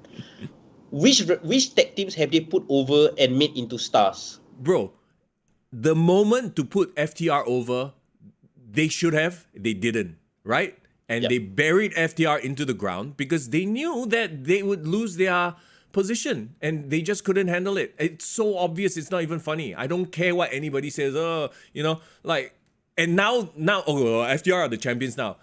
It means nothing already at this point. Yeah. And again, like, of course, I might come across as biased here, but of course, as a CM Punk fan, oh boy, I wouldn't even talk about how CM Punk is great and all that, blah blah blah, right? But just on objectivity alone, and you can correct me if I'm wrong. If CM Punk was in this position feuding against BCC, right? I think it will be the most compelling television right now. Bro, imagine if it was, exactly, BCC versus CM Punk and friends, like FTR and CM Punk. Holy shit, that would be good. Yeah. No, CM Punk would probably talk to Moxley, hey bro, relax with your bleeding and all that shit, you know. No, but again, like I think they have real heat, right? I think after whatever happened, CM Punk and Moxley like don't like each other, possibly. Can you imagine the kind of bomb that they have? Just do business. Like, you know, Edge and Matt Hardy did business, for crying out loud. There's so many people who hate each other that did business. At the end of the day, it's drawing money, right? I don't think Mox is that well. Actually, never mind. I don't want to. No, but I would say, like, because of their dislike for each other, imagine the promos. Imagine how much CM Punk will bring out of Moxley. Kenny Omega can't do the same thing. No, because I mean, as great as Kenny is in the ring, we have to give him that. He's not the best at promos. Yeah, and I feel like if Bryan Danielson as a heel character fights against CM Punk, I think they will draw money, man. Well, there's always the London show, so we have to cross our fingers that they sign the damn contract or make it work. So like, I know we will probably touch a bit on AEW Collision, right? And I have no idea what's going on there because they talk about how initially CM Punk was going to be announced, but now he's being pulled back. There's some drama backstage, blah blah blah. Whether he will or won't he? I feel like AEW's future, and I'm not even like using hyperbole here, right? Like it rests on CM Punk coming back, because if CM Punk comes back, I feel that there's an opportunity to still change the culture and get us back on track. But CM Punk is not there. We already know how the product is without him. Yeah, it's not gonna get any better for sure. Okay, so. I agree that CM Punk would make a huge change, but then you have to understand, right? If he does come back, there's going to be a huge, fault line in between the rosters. And this might lead into the whole idea of Collision. Maybe you do separate the roster into two different shows. So you got your Saturday show for your flippity-floppity Cucamonga Kids crew, and then you have the other one for the proper serious sports entertainers or pro wrestlers. And that might be the solution to the problem. Right? That could even create a proper two different philosophies, see which one works. Yeah. And they base it on numbers and results. If one shows is better than the other, then okay, Tony Khan can make a good decision on where to go his company, right? Well, to be fair though, Saturday is gonna always perform poorly compared to a Wednesday night, because Saturday night people are going out, they're going party. So I don't, and that's the other thing, right? It's a Saturday night show, 2-hour Saturday night show. Do you remember AEW doing a weekend Saturday night show as well called Battle of the Belts? Are they still doing it every quarter? Do you remember them doing a few of them? Yeah. Beyond the first one, nobody gave a flying F about any of the rest. So Exactly. I'm honestly, very worried for Collision. Now they have Dynamite 2 hours, they have Rampage 1 hour, they have Collision 2 hours. Ooh boy. I'd rather Collision take over Rampage's spot. Let them get Friday nights head to head with AEW, WWE SmackDown. I think. No. Friday. I mean, make Rampage a magazine show then. Or put the AEW that what was that, the reality show on the Friday night lah. Yeah, perhaps. Like they already taped Rampages right after Dynamite. So if they want to keep it live and put it on as a third hour of wrestling that night, sure, why not, right? But my issue is, the thing is, like right now CM Punk is like causing a lot of drama, right? Yeah. And they're talking about how like he's a very disruptive influence, like he's causing blah blah blah. But I argue his name being tied to this AEW is actually giving the clicks, giving the views, giving the interest in AEW. Yeah. Unless there is somebody, and I would even argue MJF is not on this level of causing, like a conversational topic, water cooler topic.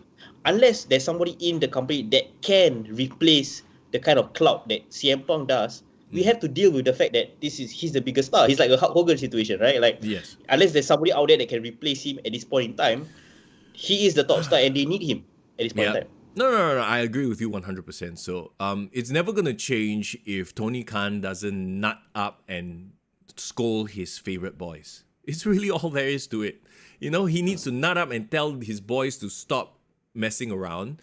And work. Everybody must work together. The problem is, that's never going to happen. Maybe it will in 10, 20 years when he finally gets a hang of this business. But, Vince McMahon would never put up with bullshit like this. Yeah.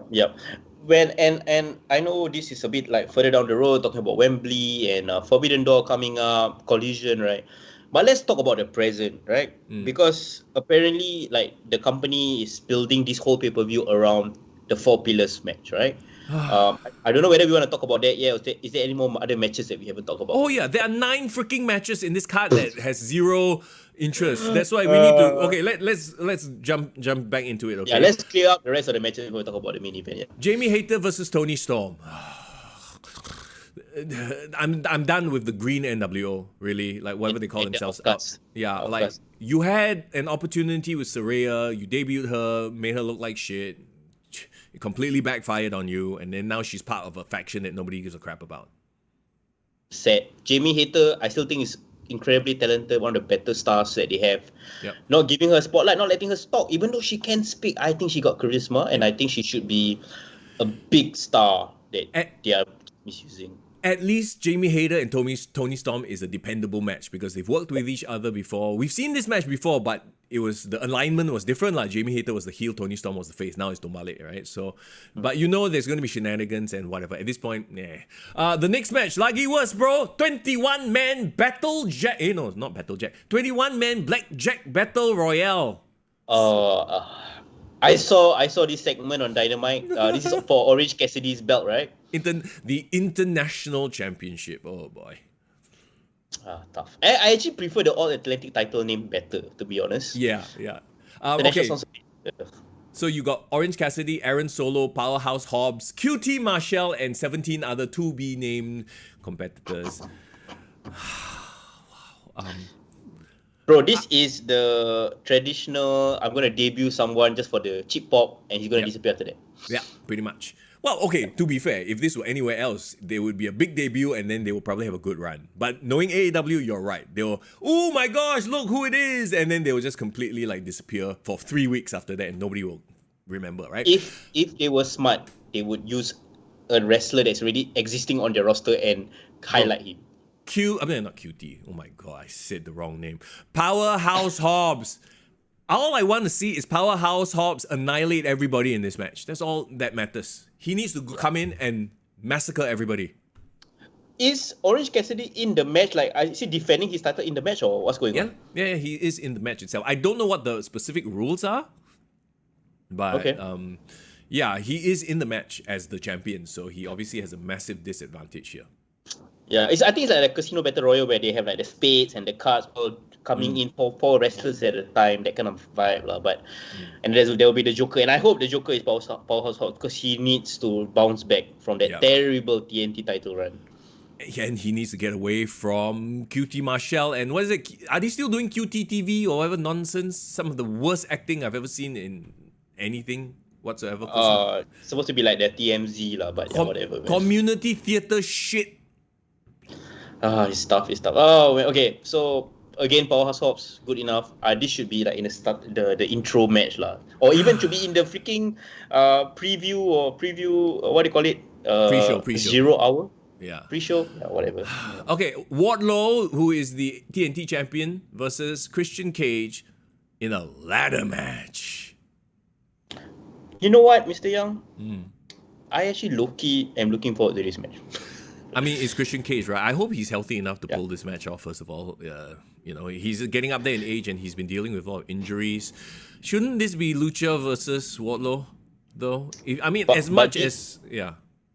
honest with yourself. Would you rather see this match or see Lucha versus Wardlow? Fine, you're right.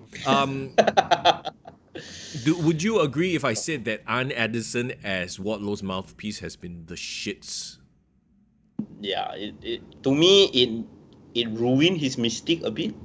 Yeah. It's like, for example, Batista just became a single star, and then suddenly you saddle him with Ric Flair again. Like, for what? Wait, hold on.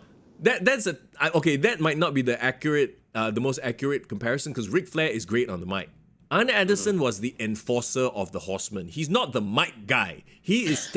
Remember, when he was the mic guy for Cody Rhodes. Remember what he said? Was it like a gun? The Glock. The Glock, like that promo. Oh my god, that's so awkward. And now the stuff he's doing with Wardlow also like, wow, damn awkward. Yeah, like, bro, he's not a mic guy. Why are you making him talk for Wardlow? Wardlow probably talks better than him. Funnily enough, it's so weird that we are at this stage, but Christian is one of the top heels in AEW right now. No, but he hasn't been portrayed or put in that position. He's just a heel doing very good work. Like, we all recognize that he is a top heel, but he's not positioned as a top heel. Exactly. So unintentionally, he is one of the top heels in AEW right now. And I feel like if you put the belts on him, at least they will highlight the TNT Championship in a good way because, you know, it's on one of the best talents that they have. Right. Wardlow, my God. Remember this time last year, Double or Nothing, when he squashed MJF? Yeah. He was one of the biggest stars in the company at that point in time. Maybe if Christian takes the title off of Wardlow can move on to bigger and better things. I don't know. Or more than likely, if Christian Cage does win it, it'll be thanks to Luchasaurus, and then it'll be Wardlow versus Lucha as the feud moving forward. Because at some point you have to highlight Luchasaurus, as much of a botch king as this idiot is. As much as we are unsure of the status of Christian Cage right now, whether he's truly healthy. Imagine, bro, just imagine for a second, Christian Cage wins the title, carries the title all through the summer.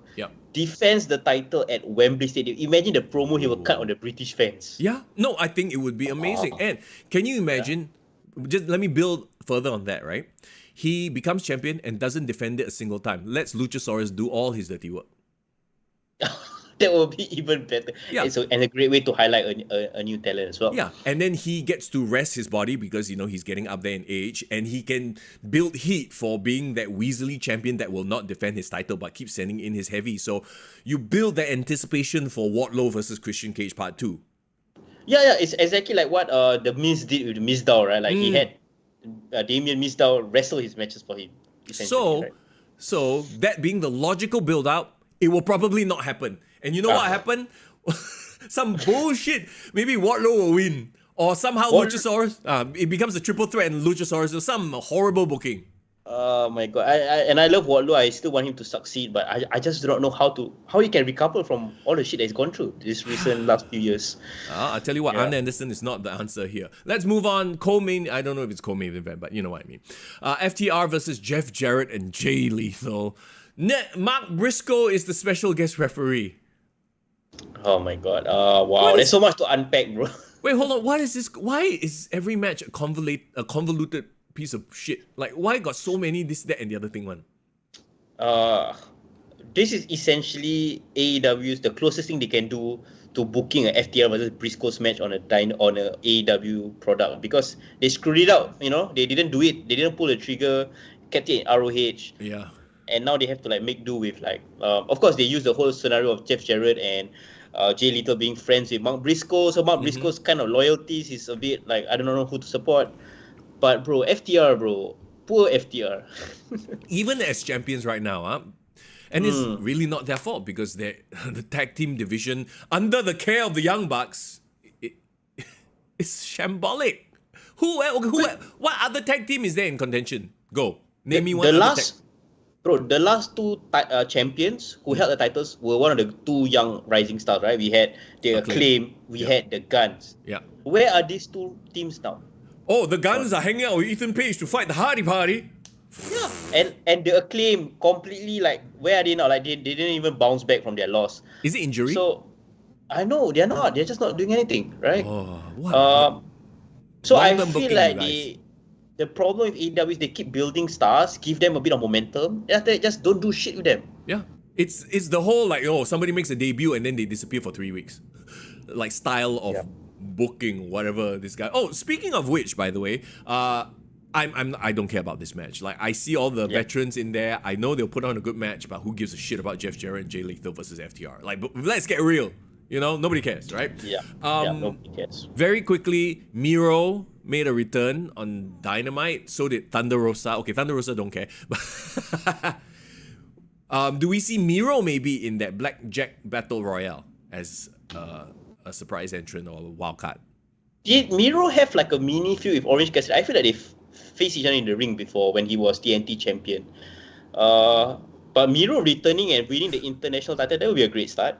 Yeah, but then again, they've botched the surprise because they already show him showing up on Dynamite. So I don't understand why they would do that if that were the case. You know what I mean? Yeah, it's hard. It's so weird, but that whole scene on Dynamite where he just shows up, goes into Tony Khan's office, and that's all we got. Right? Was there anything else? Did I miss something? No, that's it. It's just a lot of people went to his room, and then suddenly Tony Khan was like, "Oh, since a lot of people are queuing up for a chance, I'm gonna just debut a new show." Like, okay, whatever. Wow. Fia says House of Hitam, bro. Oh my god, wait. Speaking of which, are the trios champions gonna have a match in this show or not? Why would they have a match? Why would they have... So you have the House of Black with the trios championship and they're not doing anything on this show? Nope. Why? Bro, why... Tony Khan asks, why would you have a team or a group or an act that is over and finally gaining momentum? Why would you put them on the show? No need to put. Bro, no need. Make them disappear for 3 weeks. House of Black won the title against the Elite. Yeah. And they just had a one-off match and they didn't have a feud, nothing. They just won and that's it. Yeah. They went home. Like case in point, this is AEW booking. Oh, you had your moment, now you disappear. Let's get to Trios title won by House of Black, but then they choose to highlight the Elite going forward. Does that make sense? Yeah, this is AEW for you lah. Okay, let's just get this over and done with. The 4 Pillars match, which, I mean, we've said this already, right? This could have been so much more. This could have been MJF versus Darby Allin in a heated rivalry that we know that they can go, right? Mm-hmm. And then you could have Sammy Guevara versus Jungle Boy as sort of a, like, you know, extra match, or maybe a match on Dynamite to settle their feud. But no, they want to have their 4 Pillars match. I get it, you know? But let's face it, just looking at this lineup, right? Isn't it obvious who's going to win? Yeah. Like, there's zero anticipation for this. The problem is they put their bandwagons on these 4 pillars, made it a thing, and then ran with it no matter what the scenario. Like, even if they were super cold, I don't care. I'm going to pull the trigger on this 4 pillars match. Yeah, well, Sammy Guevara and Jungle Boy, I think. Unfortunately, those are the two dragging this feud down, right? As talented as Sammy Guevara has been, we've seen him very talented. He had so much heat with his girlfriend, Ty Mello Conti, whatever. And then they disappeared into the JAS as part of the lackeys. And you know, and then Jungle Boy, the whole Christian Cage thing, and then now with his whole shitty attitude coming out, it's like nobody really cares about him anymore. So it's like, and the surprising one is Darby Allin standing out and like suddenly becoming the guy, right, on the mic. So I would much rather see MJF versus Darby Allin here. Yes. I agree, and I feel like if you want to talk about four pillars, honestly, I would rather have Ricky Starks on this spot. I would rather have Wardlow on this spot. Where is Ricky Starks? Yeah, poor guy. My poor guy had this stupid feud with Jericho. Again, sorry, bro. Jericho totally ruined his momentum. Then suddenly pivot to Juice Robinson and Jay White is part of AEW, but no one cares. Yeah, where are they? Why are they not on this pay-per-view? Bro, Jay White, one of the biggest New Japan stars, was a former world champion, came into the show, disappeared out of the background now. Poor fellas. Again, this is AEW booking. Okay, hopefully with Collision, they have more shows to put, but I don't know. If it was me, honestly, Yeah. if they wanted a real four pillars, and it would have made sense storyline-wise, because clearly Ricky Starks had that one-off match with MJF, lost by cheating, and had to fight his way back into title contention. Ricky Starks should have been in this match. Wardlow, if he had dropped the TNT title, he would have said, hey, I'm the only one who squashed MJF recently. I deserve a chance at this match. Yeah. And then Darby Allin, long history with MJF. Imagine these four. I think the promos, the storylines would be so much better, bro. But no, Tony Khan was fixated on, these are the four. We put a t-shirt with the four pillars. Like, whatever lah, bro. Whatever. Okay, let's put a bow on this. Will you watch this post-event, like highlights? Okay, I know you won't buy it and watch it live, but would you watch it after the fact, free of charge? Or would you not even waste time and watch highlights? Like, what is your level of commitment to this right now? My level of wrestling commitment this weekend just to watch, I'm going to watch Night of Champions live. Even though if it's late at night, I will watch that. Okay. Everything else, I'll check the results. Yeah, I'm kind of with you on this as well. Like, that's why I'm like so happy that I got to go to Settle Outside, the GrappleMAX show, right? It's like, at least I'm enjoying wrestling. You know, it's something new and fresh and really exciting to see. When I look at this card on AEW, I will probably pick and choose which match I want to watch post-event. Yeah. But unless something interesting or newsworthy happens on the show. Yeah. Well, here's the thing, and I've always said this, right? They always over-deliver on their pay-per-views. They will just go and do all sorts of crazy shit, for better or for worse. So I think there's always the value there. But then, you know, like, is it good for the product as a whole? I don't think what they do is, right? But that's a different conversation altogether we've had many times. Shall we move on to the last one? Yes, let's make this quick. I don't think it's possible to cover everything in 7 minutes, but we will try. Okay. For this, like, I still won't watch it live because it's too late lah. But I will probably watch it on Sunday morning. That kind of a deal. Try to avoid spoilers. But here we go. WWE Night of Champions in Saudi Arabia. It's Saudi Mania once again. Becky Lynch versus Trish Stratus. Interest level. I watched Raw a bit this morning. And they cut a killer promo, to be honest. But most of it is because of Becky Lynch calling out Trish Stratus for what she was, and what she had to go through during her era. So that was an interesting promo. So I got hyped after watching that. Yeah. Would you agree with me when I say that Trish and her promos have been very flat? Yes. Funnily enough, she did a contract signing this morning, right? It was her first contract signing of her career. Oh, okay. It's an in-ring contract signing lah. Yeah, because in a weird way, right, she hasn't been highlighted at that level where she had a contract signing, even as a women's champion back in the day. But you have to remember back in the day too, she was popular for, she still is, like, known for... Her tag team was TNA, let's put it that way, okay? Like, we've moved on from then. She obviously, we've talked about this before, she improved leaps and bounds and broke the mold. Because the mold back then was really damn jalat, right? Yeah. But again, she's not on the level of Becky Lynch in any way. The industry, women's wrestling has improved drastically since her time, and it shows now. It like really, really shows. It's like watching a show from the 80s and watching a show from now. Like, like the acting is good, whatever, but then it just doesn't stand up. Yeah, like I feel like this match is more for Trish as like a thank you match than it is to like highlight Becky, because Becky doesn't need this. Yeah, and also it's Saudi, so Saudi loves their like attitude stars. But then Trish Stratus need to like cover up so wasted lah. I mean, it'll still be form. Remember we talked about it last time, like they wear these form-fitting cover everything, but it makes them look even more like, whoa, because it's super tight. Oh yeah, because remember that time we saw Rhea Ripley, she was like, holy crap. Yeah, I was like, whoa, hey, I didn't think about you that way ever, but now like, whoa. Anyway, let's move on. Talking about Rhea Ripley. In the match nobody freaking called for, Rhea Ripley versus Natalya. At least Zelina Vega, there was a storyline. It was Puerto Rico. You know, it would have been an interesting reaction. So what? Natalya is like the hero of all these Saudi Arabians? Okay, we all know that this is like, we need to find somebody for Rhea to beat up at Saudi. So in the just, meantime. okay, we know Natalya is a dependable person. Let's just put her in there. Huh? Who else are they going to put in there? I don't know, so many people, bro. They could have put so many other people. Yeah, but whoever they actually have lined up for Rhea is probably down the road at other pay-per-view. Now it's just, okay, this side quest. It's a side quest, bro. Yeah, really random side quest. So don't want to talk about this too much. SmackDown Women's Championship. And also, they're handcuffed by the idea that this is Night of Champions, so every title needs to be defended.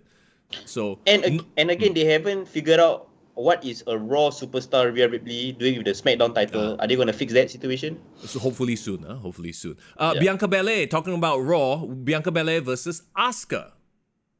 Okay, they're running it back. Yeah, 2 months late, but sure.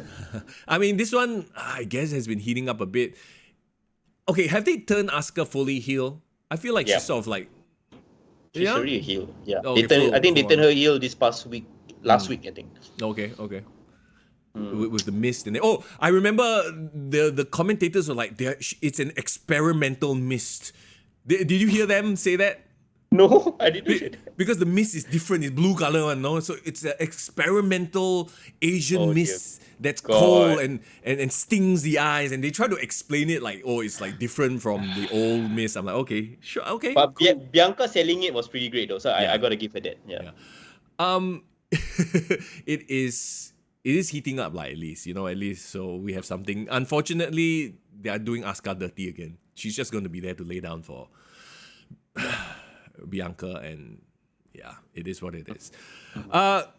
Gunther versus Mustafa Ali. This is my guy. Yeah, let's put the Muslim guy in the match because we are in a Muslim country. I was just about to say that. You know what's funny? It should have been Mansoor in this spot, but he can't do it. You know why, right? Because he fashion model now.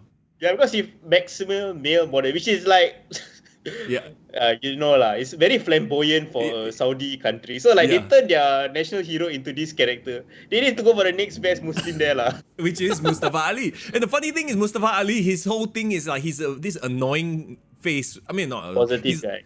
Overly positive. Like he's an annoying heel. Like he's like a Bo Dallas type thing, right? Yeah. Oh, you should have seen Bro just now. It was damn funny, bro. Okay, so I just tell you very quickly. So he was backstage. He wanted to cut this super inspirational promo. Like, oh my god, all my life I always wanted to be a champion, but like it's obvious my career hasn't panned out that way. This is another chance for me to blah blah blah. And then as he was talking all this super inspirational shit, right? Legit, Brock Lesnar just walked past him and like bumped into him.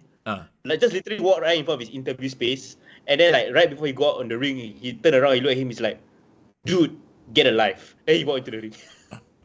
that's funny. So like literally he cut his promo in half and like shit on him before, but he was trying to be all inspirational. Damn funny, bro. Well, I mean it's Brock lah, so okay, I guess that makes sense.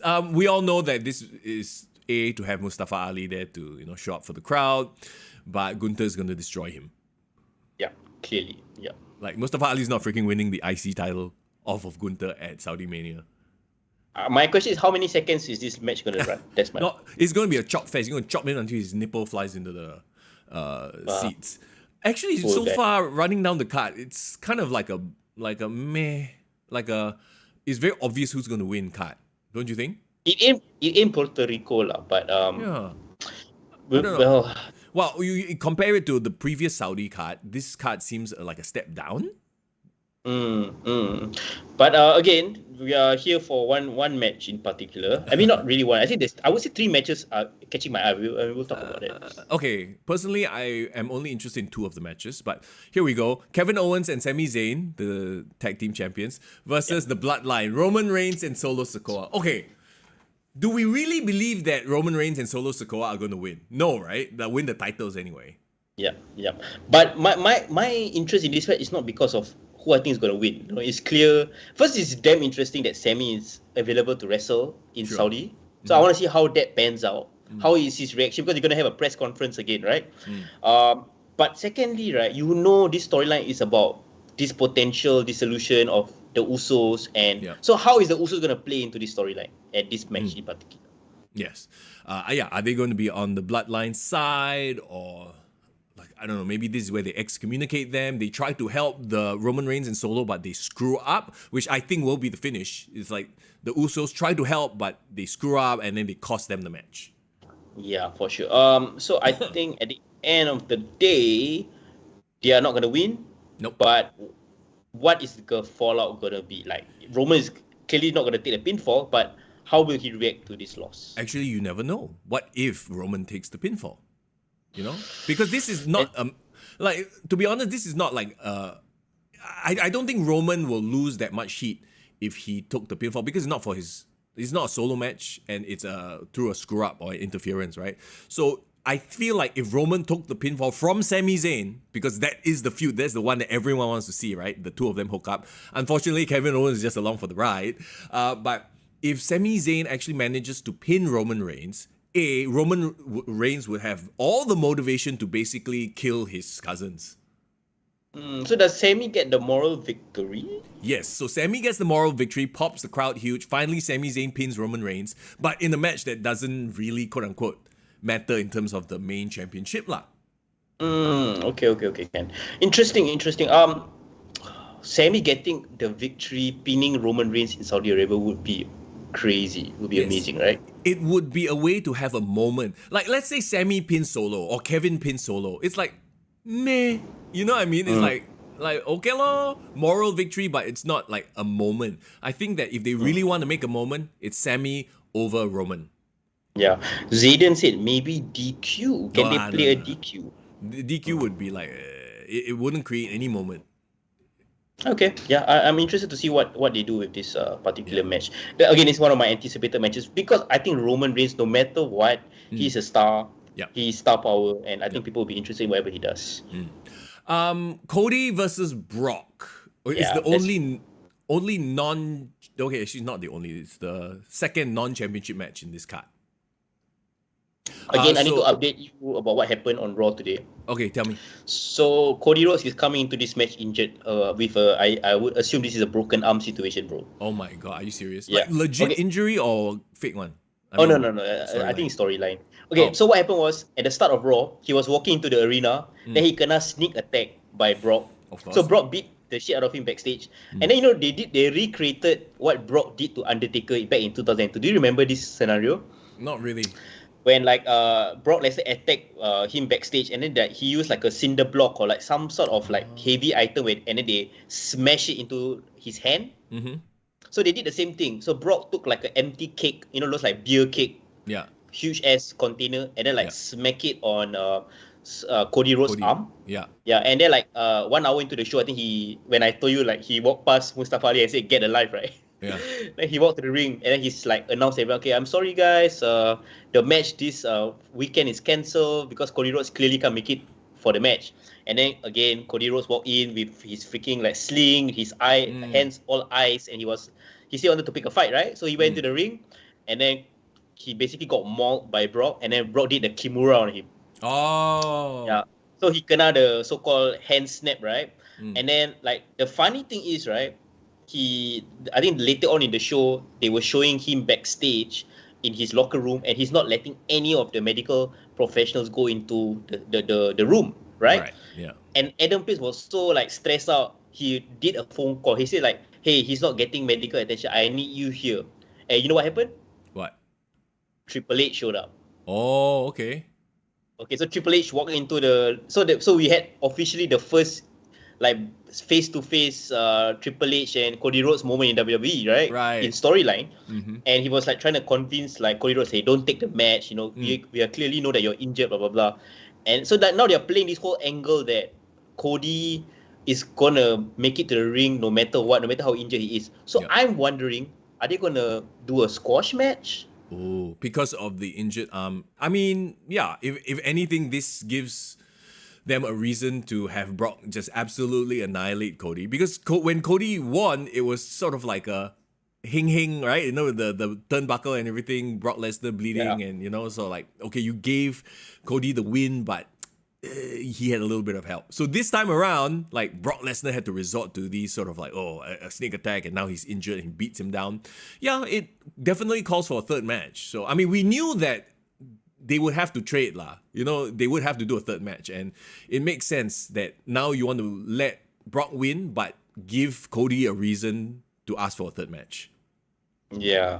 So I think, this might be a squash, and they will have that third match, and this explains away Cody taking another loss because he was injured beforehand, right? Correct. Yeah, it lets him get away with the loss without diminishing his character, and in a sense build his sympathy with the crowd. Like, oh, look at this guy, he got fighting spirit, he got broken arm, still want to come out and fight, that kind of thing. It's like the Torn Pack situation. He takes off his shirt, freaking red tete all, and it's like, makes it a little bit more like whoa, right? So that is one of the matches I really, really want to watch. And then there's Seth freaking Rollins versus AJ Styles, the tournament final for the inaugural World Heavyweight Championship. Okay, this is going to be a hot take, but I kind of don't care. Because you know who's going to win, right? It's not that I know who's going to win. It's AJ Styles, unfortunately, I think he's a phenomenal talent, but he's been presented recently in this he's just there lah. He's a veteran. You just have to rely on his veteran status. And Seth has sort of been a joker character here and there. So if this was 2016, 2017, where AJ Styles was like the face that runs the place, Seth Rollins was like King's here, it would have been a much hotter match. I understand. Yeah. But now it's sort of I guess you have to give it to them to hold before you give it to Cody. It feels like that to me. Yeah, I also feel like they realize that, they acknowledge that there's no heat between both wrestlers anyway. So they went about it a different way in promoting them. Have you been seeing the backstage interviews between Corey Graves and Seth Rollins? No, I haven't. So you can check it out on YouTube. The last 2 weeks, this last week and this week, they did like a few parts, like I think it's a 3-part promo. So like last week, it's basically like a sit down where they really deep dive into his motivations for winning the title, where he's been in his life, blah blah blah. It's a bit like, do you remember that Mankind had a sit down with JR, and they like peel back his character a bit? Yeah. So he was less joker. He was more like, he talked about his history in NXT. He talked about how he acknowledged how he was supposed to be the guy, but then all the shit with Bray Wyatt happened. Then he had to pivot and become a joker. He was supposed to be the top guy, but the crowd rejected. He talked about it. He was very honest. So I think it was like kind of like a work shoot. Right. And of course, Corey is a long-time friend, right? Yeah. So it was very interesting because they talk about how he wanted to carry the company. He was always a company man. And I think this third one, he even acknowledged Roman Reigns holding the title hostage. Wow. Yeah. So he said he talked about the history in the Shield. So he said something like, I love this guy. I love Roman Reigns. We will forever be brothers. But I don't like him. I don't like how he's holding the title hostage. And he talked about how this title is not going to be a secondary consolation title. I'm going to make this the workers' title. So I think he sold this match for me based on those promos. I think if you watch it, you kind of understand where I'm coming from. But then what about from AJ Styles' point of view? So the funny thing is, they haven't done any promos for AJ Styles. I don't know. Are they just telegraphing the match? Like, why they are not highlighting AJ Styles the same way? They should have sit-down interviews with AJ Styles from the SmackDown side. It would have made so much sense, right? Yeah, so it really feels like Seth is just going to win this lah. So I don't know why they've done such a kind of lackluster job in promoting this World Heavyweight Championship.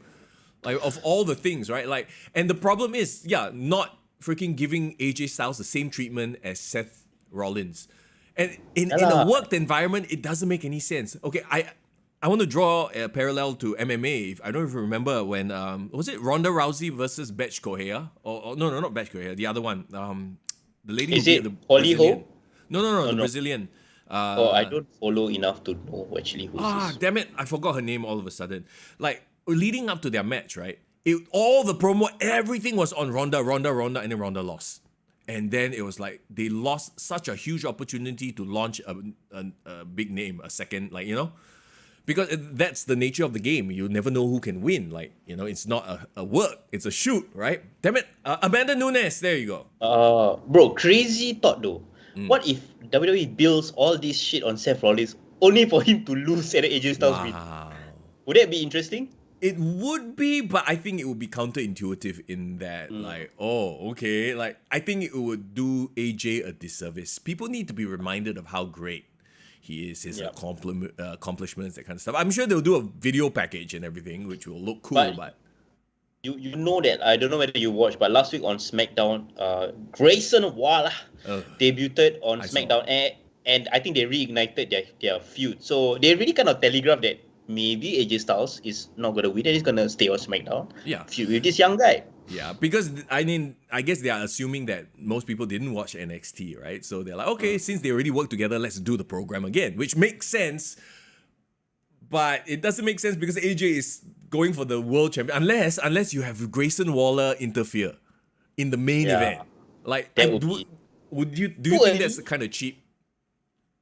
Too early for Grayson to be on that spot. If it's somebody like Theory, I think it makes sense. Speaking of which, Theory not involved now here. Yeah, no, Theory has apparently started a feud with Sheamus over the US title, also on SmackDown. Yeah. Okay, last hot take, I think. Seeing the whole bill, right, for Night of Champions and comparing it with Puerto Rico, like, we know that for me, like, I didn't go into Backlash with any much hype at all. Yeah. But when Backlash came, it was amazing. Yes. So do you think it's the same thing for Night of Champions? But here's the thing, right? Just looking at the card, do you honestly think that any of these titles are going to change hands? No, but doesn't matter. It's more of like the appeal of the match. Right, I guess. Okay, so appeal-wise, like, your first 1, 2, 3, 4 matches already are like sort of a wash. You know exactly who's going to win. Becky, Rhea, Bianca, Gunther. There's literally nothing that could shock us in those matches. Unless suddenly the crowd turns super hype and like cheers the shit out of everyone, and like maybe one time Mustafa Ali gets a upset DQ victory or something. I don't know. But even a DQ victory means nothing, right? Yeah, perhaps. So, my hype level for this is like literally a 6. My hype level for the AEW Double or Nothing is a 5. So it's equally low. Funnily enough, I agree with you. I feel like my hype is not as high, but Night of Champions is still what I'm looking forward to more than AEW. So. Right, yeah, same. Chat, let us know what your hype level is, and then next week we'll come back and we'll talk about what we actually saw and what we thought about it. Okay, it's like past 2 o'clock already. I know you got stuff to do. I got stuff to do. So everybody, thank you so much for hanging out. This was a mega size episode. It's a mega size week of pro wrestling. Remember, tomorrow we have another special episode with Andrew Tang, the statement of SPW. He's here to preview this Friday's Merciless event that's happening. I don't know if tickets are still available. Please go and check. By the way, we are giving away tickets as well on our Discord. So if you haven't already, join us on Discord to get more information about it. It's linked all in the description. Okay. Any last parting words? I just wanted to add on about the free tickets. So again, fastest fingers first. I think whoever on Discord who's interested, go DM us. And for those who still haven't had tickets yet, tomorrow I'll still be around on the chat while the show is happening. Let us know whether you're keen. Remember, 2 pairs of tickets are available. Means 4 tickets are available. So if you're interested to checking out this Friday. We'll definitely talk about it tomorrow, and we'll probably do our best to make it on Friday. So no birds for me, so I will definitely be there, Mr. Young. Absolutely. I'll try to make my way down there as well. Okay, everybody, back to reality. Remove ourselves from the wrestling world. It's back to reality, unfortunately, but I'm so glad that we got to share this moment here. Bro, have yourself a great week ahead. As always, it's Mr. Young. And it's Foreign in the building, guys. Take care. Let me see